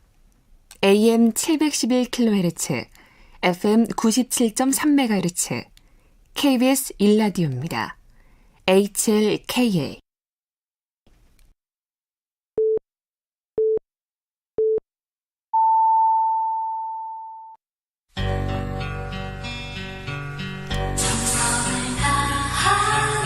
정성을 다하는 국민의 방송 KBS 주진우 라이브. 그냥 그렇다고요. 4월 7일 재보궐선거 특집으로 저희가 정치연구소 말고요, 민심연구소입니다. 여론조사 연구를 하는 곳으로 저희가 영앤웅 꾸렸습니다. 4.7 재보궐선거 특집입니다. 이번 4.7 재보궐선거는 서울시장, 부산시장, 그리고요 기초단체장 중에 울산 남구청, 그리고 의령군수, 경남 의령군수를 뽑기도 합니다. 광역의원 8곳과 기초의원 9곳도 뽑습니다. 그러니까 21곳에서 그렇죠. 선거가 열립니다. 그런데요, 선거가 내일 모레인데 의혹들은 아직도 끊이지 않고 있습니다. 박형준 부산시장 후보 또 의혹이 나왔어요. 이거 좀 심각합니다. 또 의혹이 나왔어요. 이건 과거 선거에서 네. 이게 뭐 이번 선거 아닙니다. 네, 2012년 총선. 네. 맞아요. 2016년 총선이죠. 12년. 네. 12년. 네. 지난 벌써 3번 돌았네요. 네. 자, 그런데 그 선거에서 이 박형준 성추문 하니까 이게 성추행의 행위자가 된 게 아니에요. 전혀 다른 얘기예요. 박형준 의원하고 성추문하고는 관계가 없어요. 그러니까 박형준 후보의 상대 후보가 성추행을 했다라는 의혹이 제기됐고, 유재중 후보였죠. 예, 네. 성추행 의혹을 제기한 피해를 주장하는 여성이 있었는데, 네. 자, 알고 보니 이것을 박형준 후보 측 캠프에서 사주한 거 아니냐. 심지어 5천만 원 돈을 줬다라는 이제 이야기가 나온 것이고, 네. 또 관련 기사를 보면 거기에 추가해서 박형준 후보의 배우자가 이 사건에 개입이 돼 있다라는 이야기까지 나온 거예요. 네. 박형준 후보 측의 입장도 전해드려야죠. 네. 이거는 완전히 거짓말이다. 네. 없는 사실이다. 그때 어떤 거냐면 이 여성은 무고로 처벌을 받았다. 그러니까 사실은 이제 이 그 행위가 없었는데 이 거짓된 주장을 했었다는 거예요. 네. 그러고 우리와는 상관이 없다. 그런데 여기에 대해서 또 유 후보 측의 이야기도 나오고 있어서 사실은 좀 복잡하게 흘러가고 있네요. 지금 이게 부산에 이제 일간지 국제신문이라고 있는데 거기에서 이제 보도를 한 것이고, 시작했죠? 이제 2012년 최근에는. 그 사건 관련한 이제 검찰 조사 기록을 이제 오픈을 이제 한 것이 추가적으로 나온 것인데요. 만약에 이제 사실이라면 상당히 이제 파장이 크죠. 약간 이제 놀랄 일이긴 하잖아요. 이것이. 네. 왜냐하면 정치 공작이죠. 공작이 것이기 때문에 그 당시에는 실제 그렇게 했음에도 불구하고 정작 공천은 유재중 후보가 그 공천이 경선에서 됐고 이겼어요. 또 당선이 됐어요. 네. 네. 그 당시 박형준 후보는 경선에서 지자 새누리당인가요? 새누리당을 탈당하고 무소속으로 나왔는데 유재중 후보한테 졌죠. 또. 네네. 박형준 후보는 사실은 이제 2008년 그 전에 한번 이제 의원을 했는데 2008년에도 출마를 했는데 당시에도 이제 안 됐어요. 근데 2008년에 왜 이것이 이제 회자가 됐냐 하면은 2008년인 이명박 정부가 출범하자마자 치러지는 4월 총선이었어요. 이명박 정부의 황태자였는데 안 됐던 거예요. 그렇지. 그래서 상당히 이제 왜 안 됐느냐라고 하는데 그 다음에 다시 도전을 이제 2012년 했는데 그때는 친박 세력이 이제 부상을 하고 할 때였던 것이거든요. 친박 그래서 다시 한번 도전을 했는데 여당 속의 야당 역할을 하던 때니까. 안 그래서 이런 상황이어서 했는데 지금 나오고 있는 사건들 여러 가지 뭐 LCT 건이든 이런 것들이 있는데 그런 것들은 이제 감정을 시민들의 유권자들 감정을 상하게 할 수 있는 문제이긴 하지만 또 여러 가지 법적인 문제에서는 또 피해갈 여지도 이제 있을 텐데 이 사건 같은 경우는 실제 수사 기록도 있고 만약에 그것이 이제 사실이라고 한다면은 상당히 이제 큰 파장이어서 선거 결과 이후에도 사실은 논란이 될 수밖에 없는 그런 사안이 아닐까 싶은데 문제는 이제 지금 투표가 사실은 시작된 상황이고, 그렇죠. 네, 그리고 어떤 분들은 이제 이 정보를 모든 사람들이 쉽게 이것을 수용하거나 알아들을 수 있는 건 아닌 측면이 있으니까 확산에 또 제약이 있는 측면들이 있어서 어느 정도 실제 결과에 효과를 줄지 영향을 줄지는 좀 지켜봐야 될 것 같아요. 아직 다음 본선거일까지는 시간이 있습니다만 사실은 이 사건 이전에도 네. 박형준 후보의 경우에는 의혹의 가지수가 굉장히 많아요. 네. 처음에 LCT 특혜 의혹으로 시작했고 또 딸의 입시 비리 문제가 관련해서 터졌고 그다음에 지금 이게 엄중한 문제인데 MB 정부 당시에 민간인 사찰에 네. 홍보기획관 이제 또 이 정무수석으로 이것을 알았느냐 지시한 바 있느냐 없느냐인데 지금 모두 다 강력한 부인으로 왔거든요. 네. 근데 이거는 같은 정치 세력 내에서 과거에 있었던 일인데 네. 요건 좀 약간 자극성이 강한 거예요. 네. 왜냐하면 이 부산 시민들이 기억을 잘 하고 계실 거예요. 이때 2008년 대선에서는 오히려 같은 한나라당에서 새누리당으로 넘어가는 과정에 2008년은 이 친박계가 굉장히 불만이 많았어요. 왜냐하면 공천 학살을 당했죠. 친이계로부터. 네. 근데 그 다음 2012년은 이 박근혜 전 대통령이 비대위원장을 맡고 당명을 새누리당으로 바꾸면서 정반대의 일이 벌어지죠. 친박계가 친이계를 공천 학살했다. 이게 내부에서 이게 친이계 친박계 이 계파 갈등의 원류거든요. 어찌 보면. 근데 그게 지금 다시 한번 건드려진 거예요. 그래서 어찌 보면 이 좀 기성 유권자들, 보수층을 오래 지지해온 사람들이 이게 보통은 파가 갈릴 가능성이 큰 이슈입니다. 네. 근데 문제는 시간이, 네. 타이밍이 좀 늦었다. 제가 보기에는 그런 생각이 드네요. 새누리당 내부 경선 과정에 성추문이 있었다고 이렇게 폭로한 여성이 있었는데 네. 이게 공작이었다 이런 내용인데 그렇죠. 이 진행 상황 어떻게 되는지 좀 지켜보겠습니다. 그래도 네. 끝까지 진위는 우리가 확인을 해야겠죠. 예. 오세훈 후보에 대한 새로운 의혹도 또 제기됐습니다. 새로운 의혹이 이게 좀 묘합니다. 그러니까 계속 오세훈 후보가 가장 명쾌하게 팩트 체크를 못 해주고 있는 대목이에요. 네. 그러니까 이 처가 땅, 내곡동 땅을 알았느냐 몰랐느냐. 그 다음에 두 번째는 이 관련해서 네. 측량할 때 갔느냐 안 갔느냐 안 갔느냐. 네. 그 다음에 서울시장으로 재임하고 있을 때 그린벨트 해제할 때 이거 알고 지시한 것이냐. 정말 주택국장 정결로 시장은 몰랐던 것이냐. 근데 다 이게 좀 석연치가 않은 대목들이 남아있거든요. 그런데 거기에 핵심적으로 자 측량 당시 날짜도 나왔고 장인이 간 건 맞고 장인이 서류에 사인을 했고 네. 땅의 소유주는 큰처남이고 근데 큰처남은 안 간 게 거의 확실해진 게 오후 1시 반부터 학교 행사에 반나절 내내 있었다는 게 확인돼서 어제 KBS 기사에 나왔습니다. 그래서 측량한 위치에 가서 있긴 시간이 안 맞아요. 스케줄이. 자 그러면 이제 오세훈 후보만 남습니다. 그런데 지금 불법 경작이라고 지목했던 두 사람의 당시 경작자가 봤다. 측량 팀장이 봤다. 근데 이제 여기서 생태탕 집에 가서 점심을 먹었다는 증언이 있었는데 생태탕집 사장님, 주인 아주머니가 계시고 그 아들이 있는데 두 사람은 명확히 봤다. 똑똑히 기억하고 있다.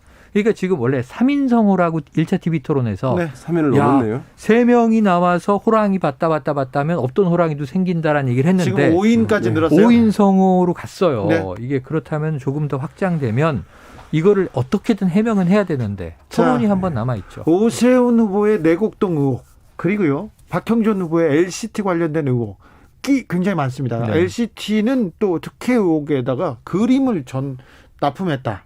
그리고 그림 관련된 의혹들은 좀 더 많이 나와요. 국회 그림 얘기도 나오고 뭐 사과나무 식당도 있고. 그런데 이런 각종 의혹들이 여론에 큰 영향을 미치지 못했다는 게 지금 중요한 아닙니까? 윤희용 센터장님. 그러니까 이제 우리가 이제 듣고 싶은 걸 듣는다 이런 얘기 하잖아요. 네. 그리고 이제 이른바 뭐 미디어에서 많이 얘기하는 필터 버블 얘기를 많이 하잖아요. 왜냐하면 이제 지금 미디어들이 워낙 다양하게 많기 때문에 내가 지지하는 후보 쪽에서 흘러나오는 정보들이 근거가 제공되게 되면 그걸 채택해서 입장을 변하지 않고 유지하는 경향들이 강해진 거예요. 과거에는 미디어가 딱 몇 개밖에 안 됐다고 한다면 그걸 갖고 수정하고 변화하는 현상들이 컸다고 한다면 그런 상황이어서 지금 만약에 야권 성향층에 계신 분들은 심판 정서가 워낙 높게 형성되어 있는 상황에서 그 기류를 내가 유지하겠다, 입장을 유지하겠다라고 해서 그러면 뭐 이제 야당 후보들의 입장에서 나오는 방어 해명들이 있잖아요. 그걸 보고 그렇네. 또는 상대 후보, 여당 후보에 대한 공세들이 있는 거잖아요. 니네도 이런 문제 있지 않아. 라고 하면서 자기 입장을 이제 합리화하고 유지하게 되는 그런 현상들이 지금 최근 선거들에서 이제 많이 나타나는 것이거든요. 그런 면에서 우리 최영일 평론가님 말씀하신 대로 그 사안의 중대함에 비해서 실제 유권자들에게 미치는 효과는 아직까지는 이제 좀 미약한 부분들이 좀 있지 않나 이런 생각이 들긴 합니다. 저는 좀 슬픈 게 있어요. 이번 선거전을 쭉 지켜보면서 슬픈 게 뭐냐면 자, 우리가 정치공학적인 분석을 항상 전문가, 평론가들이 해오다 보니까 자, 정부가 잘못했지 부동산, 뭐 LH 사태, 뭐 이런저런 책임이 많잖아. 그리고 김상조 전 실장, 박주민 의원, 내로남불 아니야? 그럼 혼내줘야 되겠네? 이게 우선 분노의 내용이에요. 그렇죠. 자, 그럼 이제 회초리를 들고 정부를 때립니다. 이번 선거 때. 네. 아까 선거 때만 자유롭다. 당장 그루스 얘기도 나왔는데. 선거 때만 진짜 이 나라의 주인이 국민이다. 이런 얘기를 선거를 많이 합니다. 매우 자주 치러야 되는 건가? 선거 때만 공직자들이 국민들 눈치를 보니까. 그럼요. 그럼 이제 그때 매를 드는데 지금 내 눈앞에 있는 회초리가 하나 있는데 이게 깨끗한 회초리인지 더러운 회초리인지는 나중에 따지겠고 난 일단 내 손에 잡힌 회초리로 맴매하고 그다음에 이 회초리가 더러워 알고 보니까. 그다음에 그거는 뭐 법적 처벌을 나중에 받으면 되잖아. 그럼 지금 이번 시장 후보들의 면면 들여다보는 것보다 정부 좀 혼내주자. 이 정서가 다 앞선다면 지금 이제 정치공학적 분석이 맞는데 저는 다시 한번 생각해 보자는 얘기가 뭐냐면 시장이 회초리가 아니에요. 시장은 우리 민생을 지금 뭐 서울 자녀 임기 1년여 하지만 내년에 또 지방선거에 중대한 영향을 이번 재보선이 미칠 거고 대선에도 미칠 텐데 시장이 뭐 하는 사람인가를 보고 어느 사람이 나를 챙겨줄 건지를 유권자는 생각해야 돼요. 우리 대표자입니다. 도장과 통장을 그 대표자한테 맡기는 날이에요. 맞아요. 자, 그런데 이 시장이 나를 이롭게 할까? 이 시장이 잘할까? 이런 생각도 하는데요. 자, 민주당에서는 한 번만 도와주십시오. 정말 잘 하겠습니다. 이제 잘 하겠습니다. 계속 얘기합니다. 방금 전에도 김태년 대표 권한대행이 주진우 라이브에서 기회를 달라고 읍소했는데요. 민주당이 사과하고 읍소합니다. 이 전략은 잘 먹힐까요? 그 전에도 살려주세요 큰절하고 막 그랬었는데 그 읍소 전략이 먹혔었나요? 먹힌 적이 많이 있어요. 먹혀요? 특히 이제 먹힌 적은 뭐냐 하면 이제 지금 보수 정당 쪽에 많이 먹혔었어요. 보수 정당이 전략을 썼죠. 사실은 많이 썼어요. 많이 썼죠. 노무현 전 대통령 탄핵 직후에 치러진 선거에서도 이 읍소 전략으로 상당히 방어를 했고 선방을 했고 그 외에 또 많은 선거들 지난 총선에서도 영남 같은 경우에는 특히 PK 지역에서는 이 읍소 전략이 엄청 먹힌 거예요. 막판에. 그래서 확 다시 돌아갔고 그래서 황교안 대표 큰절하고 다녔죠. 네네. 그러니까 이거 뭐냐 하면 자기의 충성도가 있던 이제 지지층들이 있는데 마음이 닫혀 있다라고 할 때 내가 정말 지금 죽게 생겼다라고 하는 읍소 전략을 하게 되면 우리가 한국 사람들 있잖아요. 한 번만 살려주세요. 미워도 이번 심리가 있기 때문에 그런 면에서 사실은 이 전략은 상당히 유효한 것이긴 한데 하려고 한다면 더 확실하고 절박하고 절실하게 충분하게 해야 되는 측면이 있는데 약간 좀 더 빨리 늦었다. 맞아요. 좋지 않았을까라는 생각이 듭니다. 그러니까 저는 안 하는 것보단 훨씬 낫죠. 지금이라도 읍소하고 사과하고 사죄하고 무릎 꿇고 고개 숙이고 해야 되는데 문제는 지금이라도 이 방법밖에 없어요. 현재는.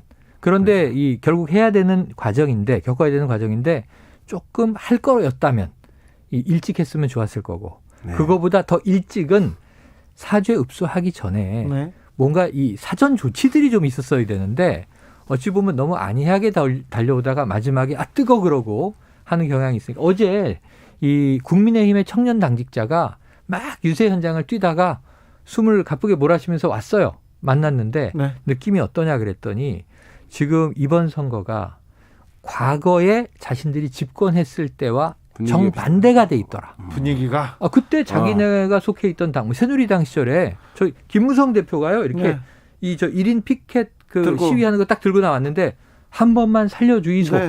한 번만 도와주이소. 그리고 무릎 꿇고 정말 죄인입니다. 이랬을 때가 있었다고요. 근데 지금 여당이 그와 비슷한 모습을 보이고 있는데 5757님이 잘할 거면 아쉽습니다. 진즉 잘했겠지. 이게 뭐냐 나라냐 얘기합니다. 이게 보면 이제 읍소 전략을 하게 되는데 하잖아요.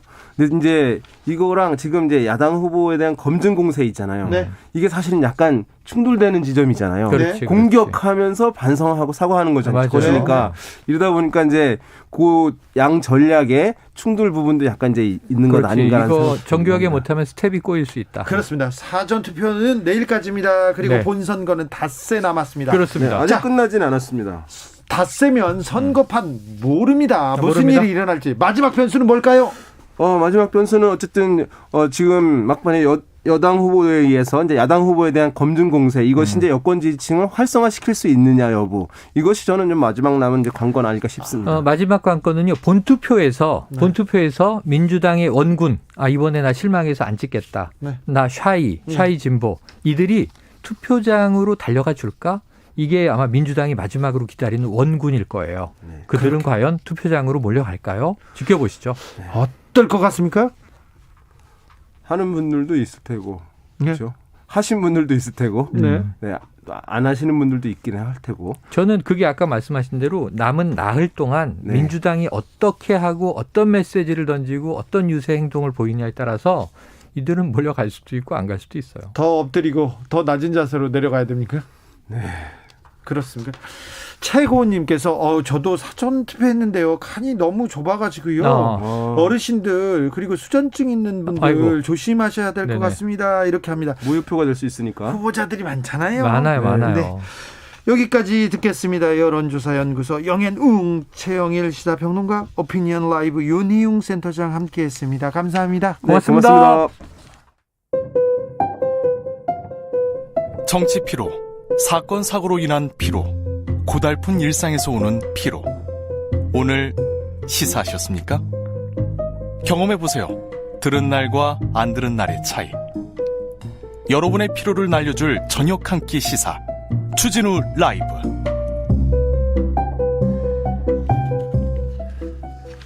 주진우 라이브 함께하고 계십니다. 코로나 백신 상황 좀 알아보겠습니다. 궁금해하시는 분들이 많습니다. 접종은 계획대로 잘 진행되고 있는지, 수급에는 차질이 없는지 하나하나 따져보겠습니다. 질병관리청 코로나19 예방접종 대응 추진단의 나성웅 부단장, 안녕하세요. 네, 안녕하십니까. 최근에 백신 수급에 차질이 있는 거 아니냐 우려가 좀 있습니다. 현 상황 어떻습니까?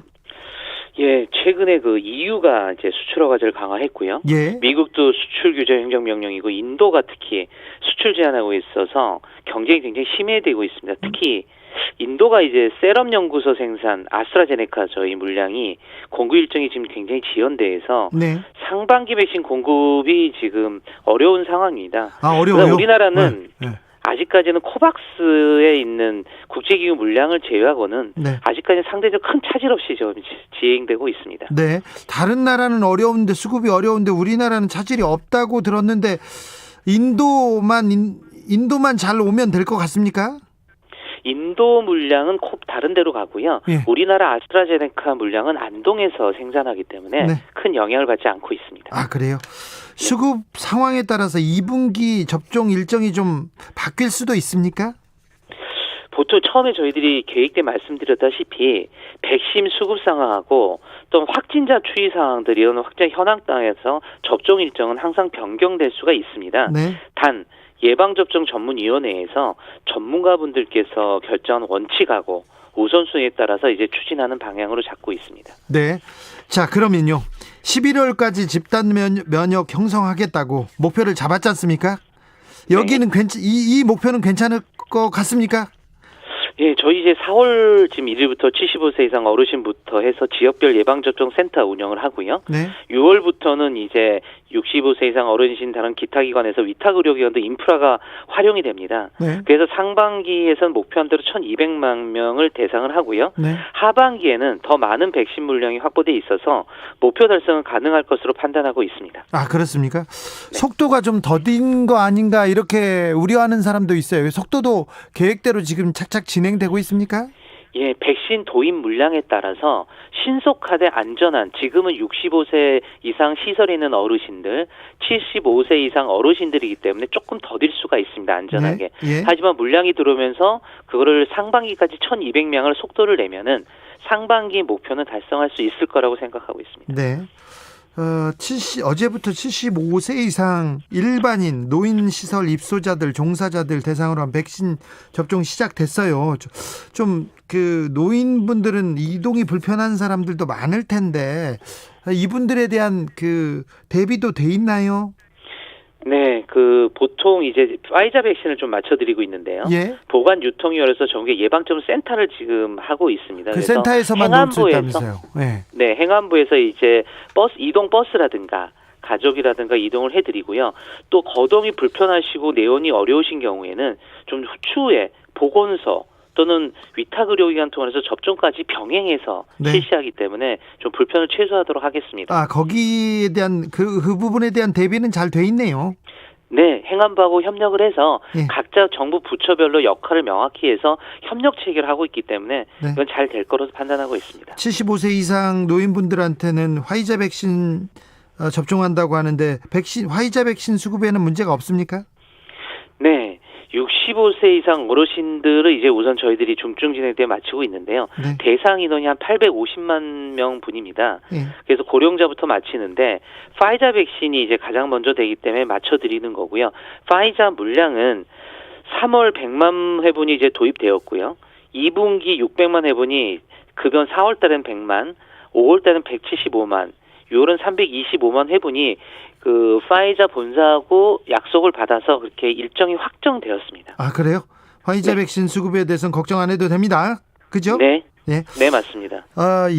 어르신들은 접종을 동의해야 하는 경우만 지금 맞는다 이런 뉴스를 보내드렸는데 접종에 동의하지 않은 어르신들은 어떻게 합니까? 아닙니다. 미동의자라도 네. 접종받기로 마음을 바꾼 경우는 접종이 종료되기까지 변경이 가능합니다. 그래요? 그래서 관할 주민센터 방문을 통해서 신청을 하시면 가능합니다. 그래요? 네, 알겠습니다. 이것도 물어보겠습니다. 코로나19 백신이 치매를 유발한다는 그런 소문이 있는데 이거는 어떻습니까? 현재까지 어떤 백신, 여러 가지 백신이 있는데요. 치매를 유발한 적은 없습니다. 안면막이 다른 아나필라시스나 있었지만 없었고요. 예. 코로나19 백신도 마찬가지입니다. 근데 더구나 모든 백신 물질은 이 뇌까지 이제 도달해서 신경을 건드리는 성이 없기 때문에 치매 유발 가능성은 전혀 없습니다. 네, 코로나 백신에는 반도체 칩이 들어가 있다. 이 부분은 명쾌하게 해명해 주십시오. 절대 그럴 일이 없습니다. 첨단 과학에 나올 수 있는 얘기고요. 예. 그거는 전혀 허무맹랑한 얘기라고 보시면 됩니다. 어떤 목사님이 그런 얘기 하셨다는데요. 하나님의 말씀이라고? 그래서 저희들이 그거는 자진 삭제 요청을 드려서 네. 삭제가 된 걸로 알고 있습니다. 그래요? 유튜브에서. 네. 백신 휴가를 쓸 수 있습니까? 백신 휴가 얘기가 나왔습니다. 네. 그래서 이틀 동안 백신 휴가를 쓰는 제도를 만들고 있습니까? 정확히 말씀을 드리면 4월 1일부터 네. 백신 접종 후 이상 반응이 나타나서 휴가를 신청한 접종자에게는 의사소견서를 저희들이 요구하지 않고요. 예. 접종 다음날 하루를 백신 휴가를 부여하고요. 이상 반응이 있는 경우에는 추가로 하루를 더 사용할 수 있도록 합니다. 그리고 저희 청에서는 곧 감염병 예방법 개정을 통해서 백신 접종이 휴가 부여가 가능한 법적 근거도 이제 준비 중에 있습니다. 알겠습니다. 백신 접종 마치면요, 이제 그 전자여권이라고 해야 되나요? 전자증명서 발급받을 수 있다. 백신 여권 나온다 이런 얘기도 있는데 이 부분은 어떻게 됩니까? 저희들이 원래 감염병 예방 및 관리하는 법률에 따라서 항상 예방접종 완료 시에는 예방접종 증명서 발급이 가능합니다. 네. 근데 전 세계 팬데믹이기 때문에 이거를 이제 백신 여권이다 이렇게 하고 있는데요. 네. 저희들은 이게 그렇게 되면 위변조가 굉장히 중요한 요소이기 때문에 블록체인을 포함해서 서버 등 인프라 자원 관련 설치를 이미 3월 30일에 마무리가 됐습니다. 준비를 해놨어요? 네, 내부 테스트 통해서 이제 액기는 조금 보완하고 이제 개인정보 같은 기능을 이제 민감한 정보를 취소하는 방법 기능을 변경하고 있고요. 그래서 곧 준비는 다 돼 있고요. 4월이면 저희들이 이제 이거에 대해서 소상하게 말씀드릴 수 있을 것 같습니다. 아, 준비는 마쳤군요. 네, 맞습니다. 블록체인 기술로 마쳤습니다. 마지막으로 백신 접종 때문에 좀 걱정하고 있는 국민들께 당부하고 싶은 말이 있으면 부탁드리겠습니다. 네, 항상 말씀드리지만 백신 상황 수급이 불안전하고 또 허위 사실 같은 게 많이 유포되고 있습니다. 하지만 저희들이 국가적인 계획에 따라 차례차례 진행드리고 있으니까 네. 국민 여러분께서는 적극적인 참여를 요청드리고 방역 수칙은 꼭 지켜주십사 하는 말씀을 다시 한번 드리고자 합니다. 네, 나성웅 단장님. 네. 인터뷰가 거듭될수록 너무 자연스럽습니다. 감사합니다. 연습을 너무 많이 하신 것 같습니다. 아닙니다. 네, 고생하시는데 더 고생해 주십시오. 감사합니다. 네, 감사합니다. 코로나19 예방접종 대응 추진단의 나성웅 부단장이었습니다. 9900님께서 저는 지금 초등학교 1학년 담임이에요. 최근에 백신 접종 대상자 명단 제출할 일이 있었어요. 저희 돌봄교실 선생님들하고 다른 후배 선생님들이 저한테 백신 맞겠냐 해서 우리 선생님이잖아. 잘못되면 순직이라 생각하자. 백날 나라 사랑이라고 말만 하지 말고 애들한테 보여주자라고 설득해서 다 맞자고 했어요. 백신 제때만 주세요. 팔뚝 걷고 기다리겠습니다. 얘기합니다. 잘못 안 됩니다. 순직할 일이 아무튼 아이들을 위해서 학교를 위해서 나라를 위해서 이렇게 선생님들이 많은 생각을 하고 있군요. 네, 아무튼 존경합니다. 교통정보센터 다녀올까요? 김민희 씨. 교통량이 더 늘면서 서울 시내 간선도로 위로 사고가 잇따르고 있습니다. 올림픽대로 공항 쪽으로는 영동대교부터 가양대교까지 긴 정체 이어지고 있는데요. 이 사이 한강대교 부근에서는 고장난 차까지 처리하고 있어서 이 구간 지나는 데만 1시간 10분이 넘게 걸리고 있습니다. 같은 방면 강변북로에서도 한남대교부터 가양대교까지 정체인데요. 특히 난지나들목 부근에서는 사고가 나면서 1차로가 막혀 있습니다. 반대 구리 방면으로는 먼저 방화대교부터 양화대교 사이로 정체고요. 이후로는 한강대교부터 구리 시계까지 정체되는데 성수대교 부근에서도 고장난 차를 처리하고 있습니다. 동부간선도로 의정부 쪽으로 용비교 부근 1차로에서도 사고가 나면서 부근으로 정체 심합니다. 영동고속도로 강릉 쪽으로는 먼저 서안산에서 안산 사이로 정체고요. 이후로 용인휴게소 부근에서는 차량 화재 사고가 났습니다.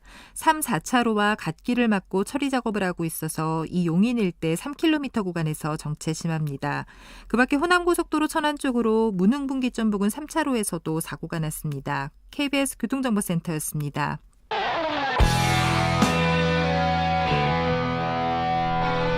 스치기만 해도 똑똑해진다.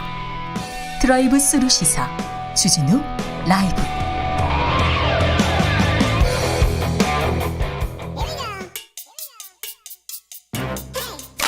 뉴스를 향한 진지한 고민, 기자들의 수다. 라이브 기자실을 찾은 오늘의 기자는 탐구하는 기자입니다. 미디어 오늘 정철훈 기자, 어서 오세요. 네, 안녕하세요. 네, 기자들이 선거 때 바빠요, 그죠? 네, 뭐 기사거리도 많고요. 네, 네, 일이 많습니다. 바쁩니다. 네, 기사거리가 많습니다. 네, 근데 뭐 기사거리가 많기도 한데 네. 기자들이 또 기사거리를 만들어내요. 그렇죠. 예, 그 어제가 만우절이었는데 만우절이었습니다. 그 어제 조선일보 단독 기사 보고 깜짝 놀랐어요. 이거 만우절 기사인 줄 알고. 네. 그 단독 붙이고 윤석열 내일 부친 모시고 사전 투표. 요게 단독 기사. 그러니까요. 깜짝 놀랐어요. 캡처가 된 게 돌아가지고 네. 저는 이게 만우절 합성이겠구나 했는데 네. 아니었죠. 진짜 기사더라고요. 네. 그래서 그게 단독거리가 됩니까? 단독이 의미가 너무 놀랐어요. 네. 정말 상상을 뛰어넘는. 옛날 뭐 뼈 없는 네. 닭 먹었다 이런 것도 단독이라고 다 한 그런 매체들도 있으니까요. 오늘은 또 뭐 조두순 관련해서 네. 또 마트에서 소주 한 박스 샀다 이런 또 오보였잖아요. 했는데 논란이 없으면 또 논란을 만들어내는 게 또 언론에 또 잘못했다고는 안 해요. 왜 잘못? 서울신문이 오늘 사과문을 내긴 했는데. 아, 그래요? 예. 아, 이번에는 잘못했다고 했네요. 서울신문만 확인을 했고요. 다른 곳은 사과문을 확인 못했습니다. 다른 데는요? 네. 다른 데 사과문을 어떻게 냈는지 아니면 어떻게 다뤘는지 엄청나게 많은 언론사에서 예. 보도를 했는데요. 맞습니다. 보도했는데 이 부분도 알려주세요. 네. 자, 오늘은 어떤 이야기로 갈까요? 네, 그 선거 관련해서인데요. 네. 언론이 가장 많이 인용한 서울시장 후보 발언 뭘까요? 뭘까요? 네, 지난달 24일부터 30일까지 7일 동안 네. 가장 많이 인용된 서울시장 후보 발언이 나왔는데 궁금합니다. 예, 박영선 더불어민주당 후보는 앞으로 그런 일 안 해주셨으면 좋겠다. 이게 제일 많이 인용이 됐고요. 네. 오세훈 국민의힘 후보는 야당이 그 정도 말도 못하냐. 이게 가장 자주 인용이 된 것으로 나타났습니다. 앞으로 그런 일 좀 안 해주셨으면 좋겠다.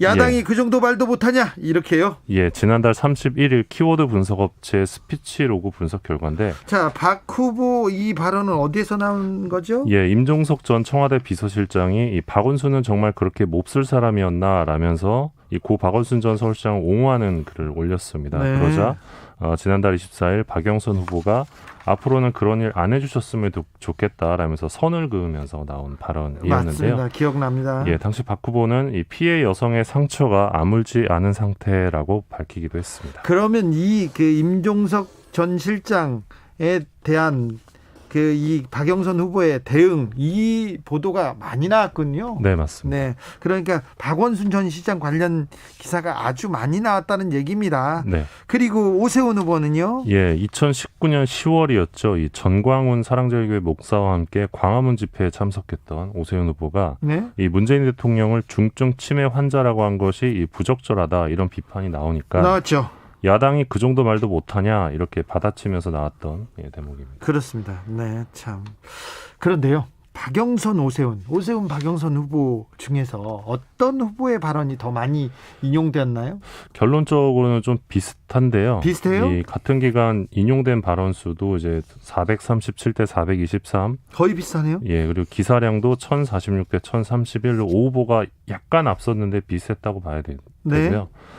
반면에 이제 SNS와 커뮤니티 분석 결과를 보면 오 후보에 대한 언급이 부정적인 내용이 많았다라는 게 이제 스피치로그 측의 설명입니다. 근데 그러면요, 어떤 단어들, 어떤 내용들이 많이 네. 기사화됐습니까? 이 같은 업체에서 오늘 또 연관 키워드 분석 결과를 내놨는데 공통적으로 발견된 키워드는 내곡동과 부동산이었습니다. 네. 내곡동은 아무래도 오세훈 후보에게 불리한 키워드로 볼 수 있을 것 같고요. 예. 부동산은 박영선 후보에게 불리한 키워드로 볼 수 있을 것 같습니다. 아, 네. 참 재밌네요. 네. 다음 후보로 가볼까요? 다음 어떤 이야기 준비하셨어요? 예, 주진우 라이브에서 계속 언급해오고 있는 부분인데 네. 기사형 광고 관련된 부분입니다. 이거는 앞 광고잖아요. 그냥 앞 광고. 그렇죠. 앞 광고라고 할 수도 없죠. 예. 근데 기사라고 볼 수 없는 그냥 광고입니다. 광고인데 기사처럼 만들어줍니다. 맞습니다. 언론사에서 돈 받고. 예, 그러니까 언론들이 뭐 유튜브 뒷광고 엄청 비판 기사 많이 썼는데 그렇죠. 예, 앞 광고를 많이 하고 있죠. 네. 뒷광고도 안 해. 부끄러운지도 몰라요, 언론은. 네, 근데 최근 이 서울 동작을에 이수진 더불어민주당 의원이 예. 지난달 24일이었죠. 기사형 광고를 낼 때 광고라는 사실을 제대로 알리지 않을 경우 최대 2천만 원의 과태료를 부과하는 신문법 개정안을 대표 발의했습니다. 네.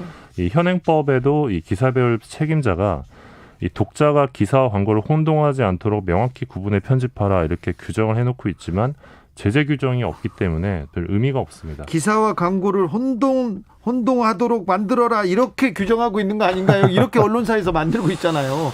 예, 사실 저희들이 봐도 전문가라고 할 수는 없습니다. 저희 기자들이 봐도 이게 정말 이게 기사야 광고야 잘 모르는 때가 있어요. 예, 맞습니다. 사실 그 청취자분들께서 오늘 포털에서 읽은 기사가 알고 보면 기업이 직접 만든 광고일 수도 있습니다. 예. 지금 뭐 미디어오늘도 계속 취재를 하고 있는데 현직 기자가 보도 자료를 대필해서 이 포털에 내보내거나 또는 언론사가 아예 기업의 기사 작성 계정을 넘기는 식의 그런 장사도 횡행하고 있는데 아예 언론사가 기업한테 그냥 계정을 줍니다. 계정을 예, 줘요? 예. 허허, 나 참. 거의 뭐 끝까지 갔는데요. 오타도 이게 기업에서 기사를 써요. 보도자료나 보도자료를 만들고요. 옆에다 기사를 만들어요.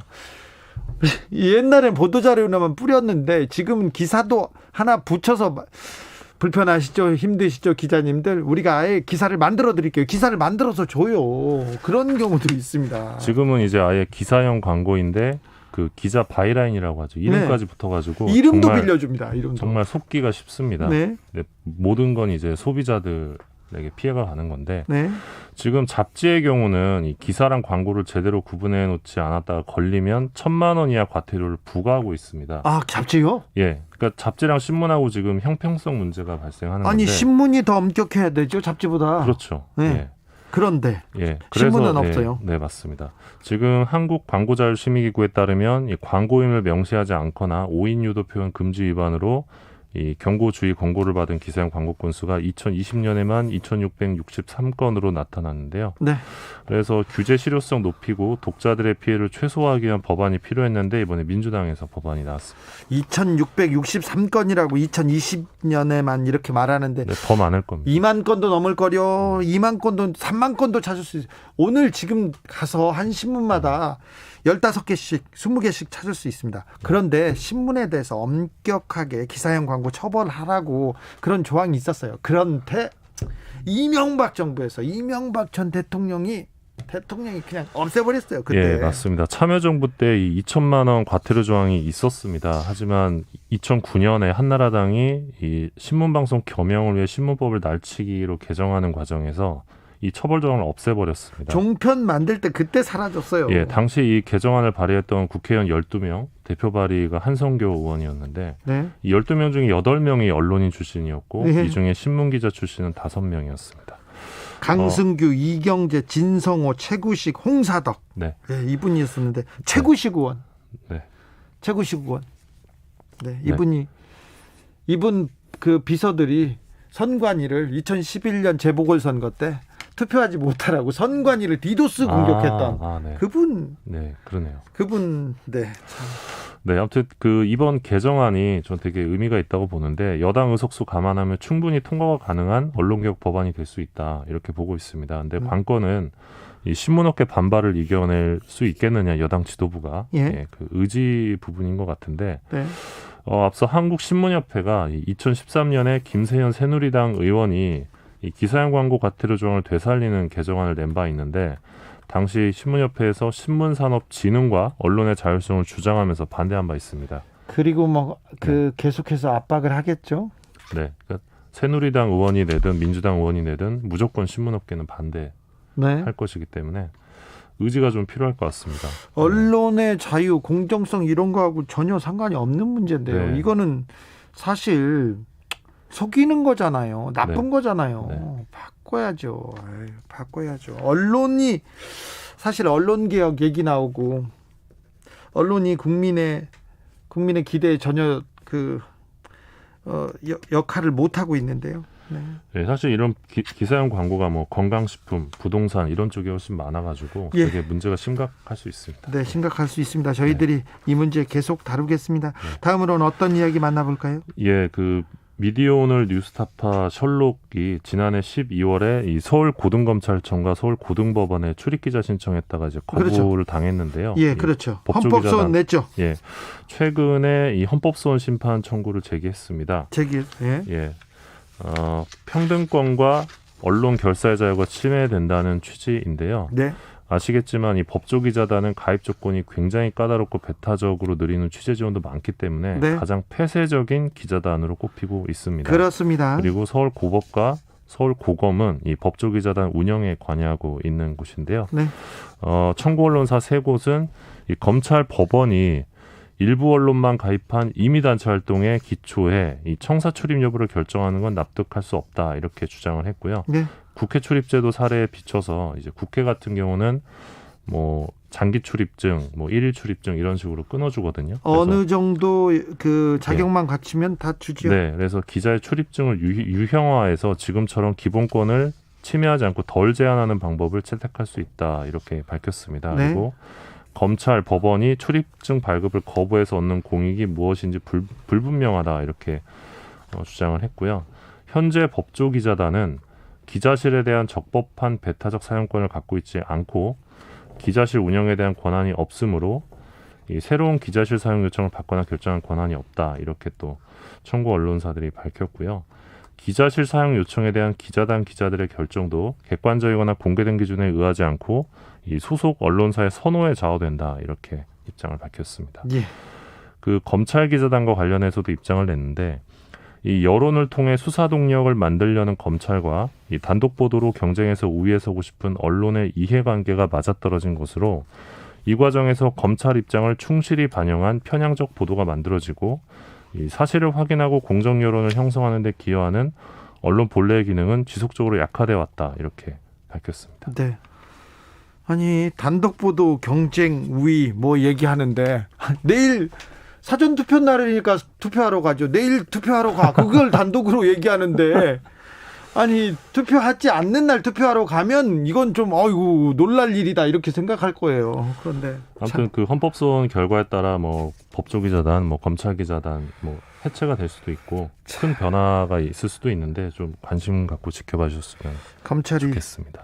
무소불위의 권력기관이 될 때 그 옆에 언론이 없었다면, 언론이 제 역할을 했다면 어땠을까요? 생각해 봅니다. 예, 근데 진행자께서는 이제 시사인 계실 때 네. 시사인은 법조 출입이 안 되죠. 되잖아요. 없었죠. 그럼 어떻게 취재하러 가서 계속 쫓겨났죠. 기자단 제가 써서 특검이 열리거나 제가 써서 그 사건이 처리됩니다. 그래서 검찰에서 제 기사로 인해서 기사를 써서 누구를 구속시켰어요. 그리고 저는 그 제보를 한 사람인데도 불구하고 그 기자단에서 쫓겨납니다. 그래서 아니 기자들한테 제가 물어봤어요. 나한테 질문해야 된다고.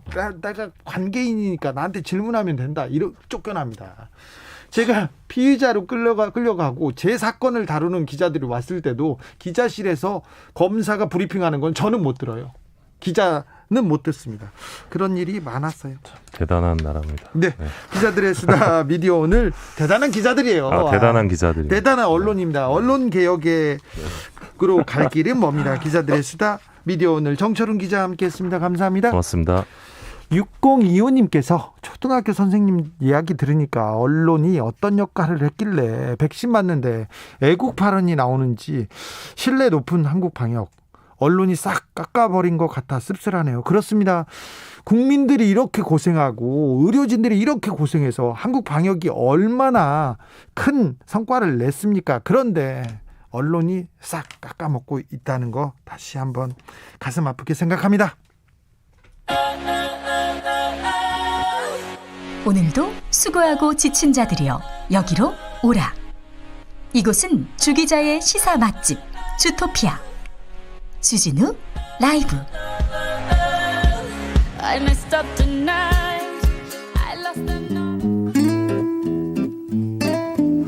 현실의 불이 꺼지고 영화의 막이 오릅니다. 영화보다 더 영화 같은 현실. 오늘의 시사 시작합니다. 라이너의 시사회. 영화 전문 유튜버 라이너 어서 오세요. 네, 안녕하세요. 오늘은 어떤 이야기 해볼까요? 네, 이제 보궐선거가 정말 코앞으로 다가왔습니다. 네. 저는 서울 시민이라 그런지 서울시장에 관심이 제일 많이 가는데요. 네. 지난주에는 방송 끝나고 내려가다 KBS에서 허경영 후보를 보기도 했습니다. 아, 그래요? 네, 와 계셨더라고요. 네. 그래서 선거 때면 이렇게 보이는 분들이 있는 것 같은데 네. 그 서울 시민으로서 시장 뽑을 때 고려할 것들이 되게 많다고 생각하는데 그 중에서도 이슈가 되는 게 재개발, 재건축 이게 서울의 큰 이슈가 아닌가 싶은데요. 그렇습니다. 네, 이 시점에서 지난번에 한 11년 전이죠. 그때 있었던 12년 전이네요. 용산 참사가 다룰만 하겠다는 생각이 들었습니다. 2009년에 있었습니다. 네, 2009년 1월 20일에 있었던 용산 4구역 철거 현장 화재 사건이라고 네. 부른다는데요. 예. 이게 단순한 화재 사건이 아니었고 이 철거민하고 전국 철거민 연합 회원들이 재개발 보상 문제 때문에 건물에서 농성하려고 막루에 올라갔는데 이제 경찰의 진압 과정에서 막루를 만들어 놓습니다. 재개발 철거를 하면요. 네네네. 처음에는 공권력이 투입되기 전에는 네. 재개발 철거 용역이라고 건설회사에서 용역 깡패들이에요. 네네. 깡패들을 이렇게 고용했었어요. 그때는 네네. 목포 스땡땡파였어요. 네. 근데 제가 거기 가서 취재도 했어요.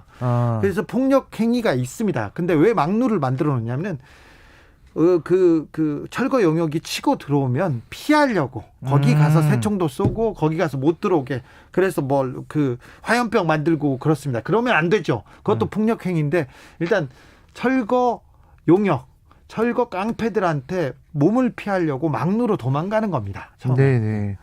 그런데 이제 경찰 진압 과정에서 화재가 발생해서 그렇죠. 6명이 사망하는 참사가. 근데 경찰 특공대들이 오고요. 경찰이 진압을 하러 오니까 막루로 올라가서 이런 참변이 있었죠. 네, 그렇습니다. 그때 사회적으로도 난리가 나서 방송국에서도 사건 계속 보도하고 뭐 토론 방송을 하기도 하고 저도 그때 되게 관심 있게 봤었는데 시간 지나서 좀 잊어버렸었어요. 네. 이게 1년에 한 번씩 그냥 생각나는 이런 사건이 된 게 아닌가 싶은데요. 이 용산 참사를 다룬 작품은요. 다큐멘터리 2편 그리고 상업영화가 1편 있습니다. 예. 다큐멘터리는 두 개의 문이라는 작품이랑 예. 공동정범이라는 작품이 있고요. 상업영화는 염력이라는 작품이 있는데 아, 염력이요? 네, 이 염력이라는 작품은 원래 사회 문제에 대해 관심이 많은 뭐 돼지의 왕이라든지 부산행 만든 연상호 감독이 연출한 작품이에요. 예. 근데 좀 안타깝게도 이 이야기는 그렇게 잘 만든 영화가 아니라서 흥행에서도 조금 좀 쓴맛을 봤죠. 네, 흥행에서도 그렇고 비평으로도 굉장히 안 좋은 맛을 봤습니다. 그리고 두 개의 문은 굉장히 그때 당시에 좋은 평가를 받았던 다큐멘터리였어요. 2011년에 나왔던 걸로 기억하는데요. 이 작품은 사실 그때 당시 막루에서 25시간 만에 사망했다고 합니다. 그때 그 철거민들의 이야기를 다뤘는데 여기서는 어떤 꼼꼼하고 그리고 또 분노가 담겨있는 그런 작품이었습니다. 이 참사를 어떻게 얘기했냐면 말단 경찰과 철거 농성자들이 무책임한 경찰 상급자들의 지휘에 의해서 같이 죽고 같이 상처받은 사건이라고 고발하는 작품이었어요. 이거는 보는 내내 가슴이 엄청 아파지는 네. 그런 다큐멘터리입니다. 간접 체험을 하게 만들어요. 네. 그래서 괴로웠어요. 네, 오늘 소개할 작품은요. 공동정범이라는 작품입니다. 공동정범을 선택한 이유는 뭡니까? 네, 사실 두 개의 문은 그때 당시의 사건을 간접 체험하게 해주는 그런 영화인데 생생하긴 한데요. 벌써 10년이나 지난 영화라서 좀 오래되었다는 부분이 좀 아쉬웠습니다. 지금 그때를 생각해 보면서 공동정범이란 작품을 보면서 느낀 거는 우리가 용산 참사를 생각하면 이미 끝나버린 일이라고 생각하기가 쉽거든요. 네. 근데 이 공동정범에서는 이제 그때 그 사람들은 어떻게 되었을까? 그때 용산 참사에서 살아남은 사람들은 어떻게 되었을까? 진실은 뭐였을까? 하고 우리가 생각하지 않았던 부분을 짚어내는 작품이 공동정범입니다. 그래서 이 영화는요, 2009년에 용산 참사 생존자들의 목소리를 담은 다큐멘터리예요. 불타는 막루에서 살아 돌아왔는데 이제 공동정범으로 기소돼서 실제로 형을 살다가 나온 생존자 5명의 인터뷰를 담은 다큐멘터리입니다. 5명이 불에 타 숨졌습니다. 그런데 거기에서 생존한 사람이 있습니다. 5명은 감옥에 가죠. 네. 살았다는 이유로 감옥에 갔다가 그분들의 얘기를 담았군요. 이 작품 어떻게 진행됩니까? 일단은 되게 무섭고 차가운 자막으로 시작을 해요. 2007년 8월에 당시 오세훈 전 서울특별시장이 용산국제업무지구 특별계획구역 개발 방안을 확정 발표했다라는 얘기가 나오고, 그리고 자막에서 용산 철거민들이 이주대책과 보상을 요구하면서 막루를 짓고 점거 농성을 시작했는데 경찰이 이례적으로 농성 25시간 만에 경찰 특공대를 투입했고 강제 진압을 실시했고 화재가 발생해서 사망했다라는 이야기를 적어놓습니다. 그리고 바로 용산 참사 장면이 나와요. 네. 다큐멘터리에서. 그 장면을 그냥 담담하게 어떤 내레이션이나 이런 거 없이 그냥 보여줍니다. 근데 되게 그걸 보고 있으면 뭔가 슬픈 감정이 들어요. 화염에 휩싸여 있는데 물을 계속 뿌리고요. 그게 이 영화에서는요. 아직 화염이 나오기 전에도 물을 뿌리고 있어요. 네. 계속 물을 뿌리고 있는데 그 물을 뿌리는 장면이 계속 나와요. 막 고통스럽습니다. 네, 그거를 뒤에 무슨 일이 벌어질지 아니까 그 물을 뿌리고 있는 장면이 너무 아프더라고요. 그렇죠. 물만 뿌려도 아파요. 네. 그리고 이 물줄기가 사방으로에서 되다가 막루 안에서 뭔가 상황이 일어나고 불이 번쩍 납니다. 그리고서 안에서 누군가 바깥으로 뭘 던지고 근데 그 바깥 상황에서는 경찰들이 정말 무섭도록 침착하게 상황을 파악하고 지시를 내리는 이런 장면이 연출이 돼요. 그게 이 영화의 시작이고요. 그 다음에 이제 그때 탈출하신 분들, 그 막루에서 살기 위해서 빠져나온 분들을 조명하기 시작합니다. 근데 그분들 간의 갈등이 또 가슴이 또 미어집니다. 네, 이분들은 아까 말씀하신 것처럼 이제 감옥에 갔다가 이제 돌아오신 분들인데요. 이분들의 어떤 심리 상태, 이분들의 어떤 트라우마, 이것들을 보여줘요. 근데 이분들의 이야기가 굉장히 서로 너무나 다른 생각을 갖고 있고 생존자들이 너무 서로가 틀렸다고 생각을 합니다. 그러니까요. 이게 그렇게 중요했어? 이게 핵심이었어? 그렇게 생각이 되지 않은 문제인데도 작은 일에 너무 다른 생각을 합니다. 너무 다른 생각을 갖고 있고요. 또 서로 간에 또 원망하고 증오를 품기도 하고 경멸하기도 하고요. 또 이제 자기 혐오를 드러내는 그런 인터뷰들도 있어서 너무 마음이 아픕니다.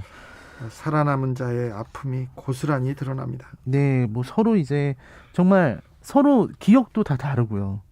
그래서 김주한 씨 같은 경우는 굉장히 섬세한 성격의 사람인데 술을 마시고 막 극도로 분노하고 싸우고 이런 장면들이 나와요.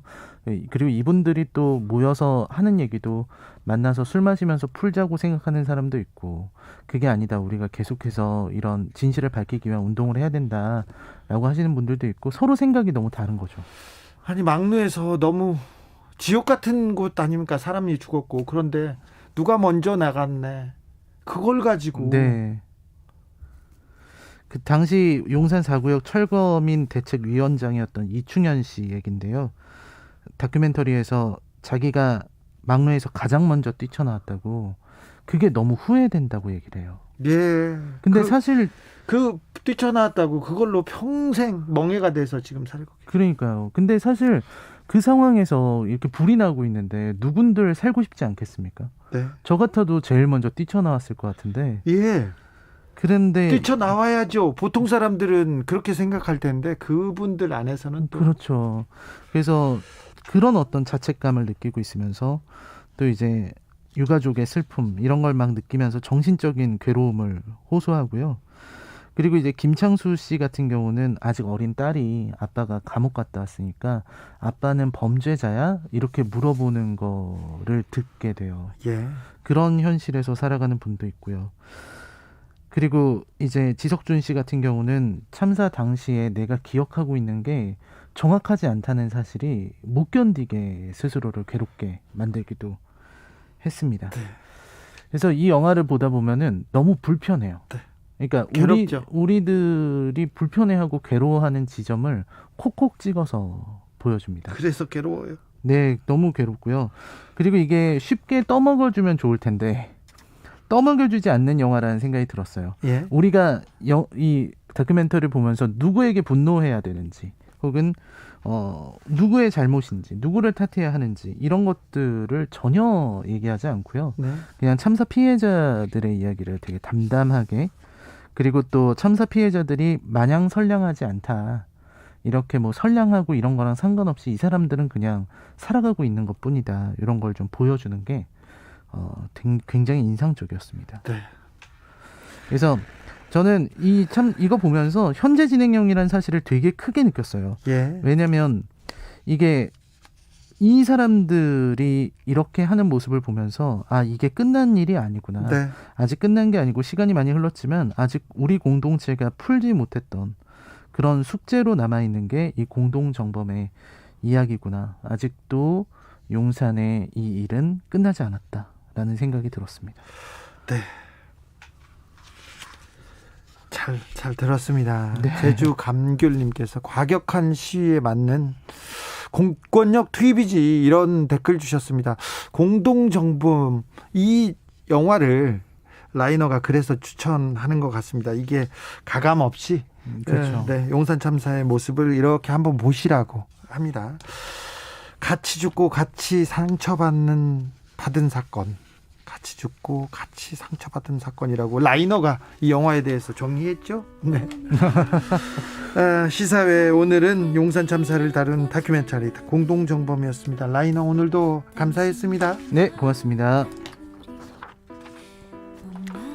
네, 용산 참사 마음이 아팠어요. 용산 참사가 일어나기 전에도 용산에 대해서 재개발에 대해서 취재를 했었는데 가슴이 아팠습니다. 네. 김유나의 봄이 오면 들으면서 주진우 라이브 마무리하겠습니다. 저는 내일